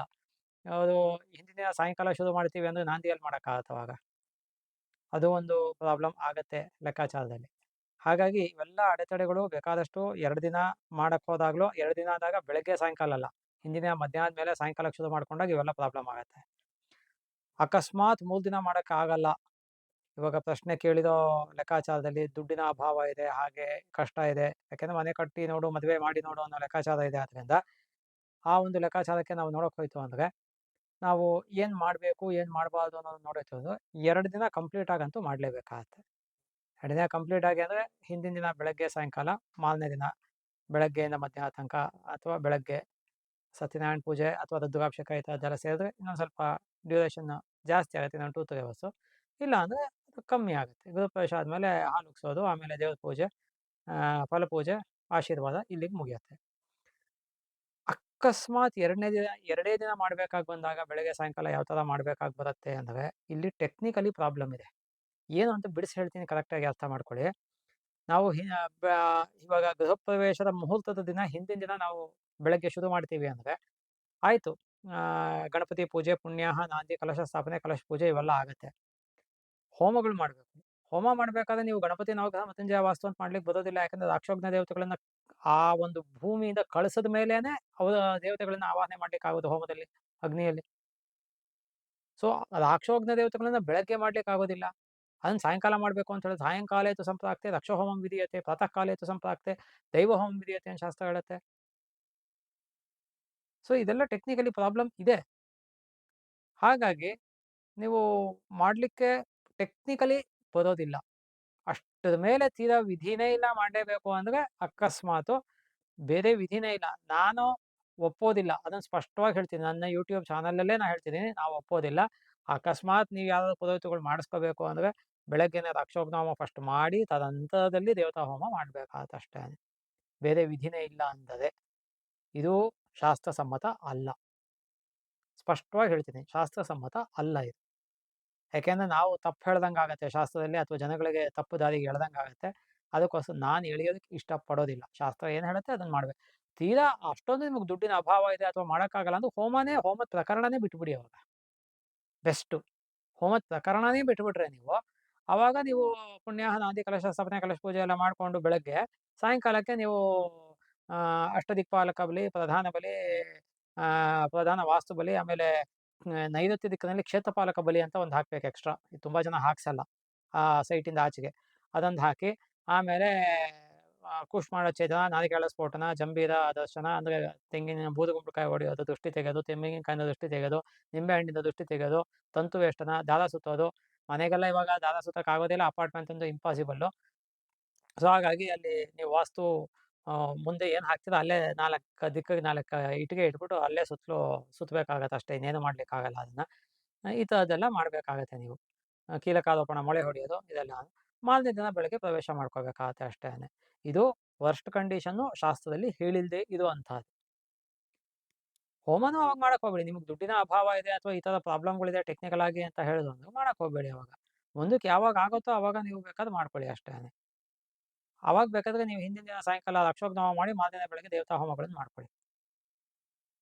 ಹೀಗೆ ಮಾಡ್ಬೋದೇ ಹೊರತು ನೀವು ಹಗಲಿನಲ್ಲಿ ದೇವತಾ ಹೋಮ ಮಾಡಬೇಕೆ ಹೊರತು ರಾಕ್ಷೋಘ್ನ ಹೋಮ ಮಾಡೋದು ಅಷ್ಟು ಸಮಂಜಸ ಅಲ್ಲ ಶಾಸ್ತ್ರದ ಪ್ರಕಾರ.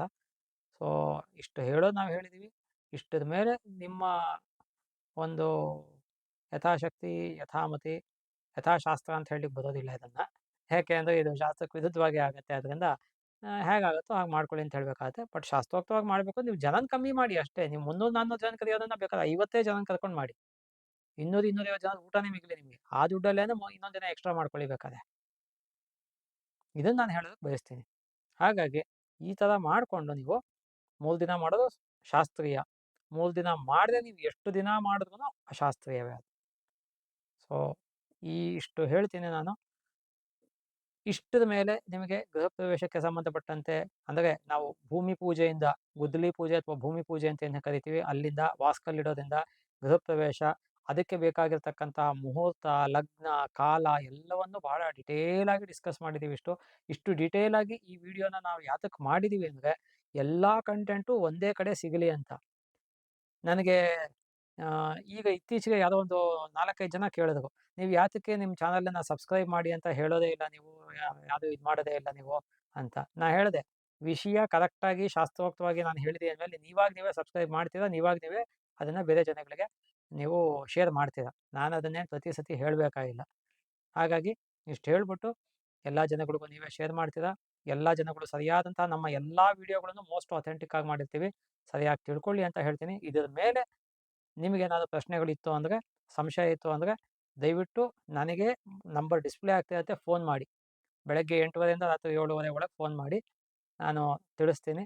ಅಕಸ್ಮಾತ್ ಫೋನ್ ತೆಗಿಲಿಲ್ಲ ಅಂದರೆ ಇನ್ನೊಂದ್ಸತಿ ಯಾವಾಗಾದ್ರೂ ಟ್ರೈ ಮಾಡಿ. ಯಾಕಂದ್ರೆ ನಾನು ಸಾಮಾನ್ಯ ಪೂಜೆ ಜಪಗಳು ಈ ಥರದ್ದು ಮಾಡ್ತಾ ಕೂತಿರ್ತೀನಿ ಕೆಲವು ಸತಿ. ಮಾಡಿ ಮತ್ತೆ ನಿಮಗೆ ನಾನು ಏನು ತಿಳ್ಕೊಂಡಿದ್ದೀನಿ ಶಾಸ್ತ್ರಗಳನ್ನು ಓದಿ ಅದನ್ನು ನಿಮಗೆ ತಿಳಿಸ್ತೀನಿ. ಸರ್ವೇ ಸುಜನಾ ಸುಖಿನೋ ಭವಂತು, ಸಮಸ್ತ ಸನ್ಮಂಗಳಾನಿ ಭವಂತು.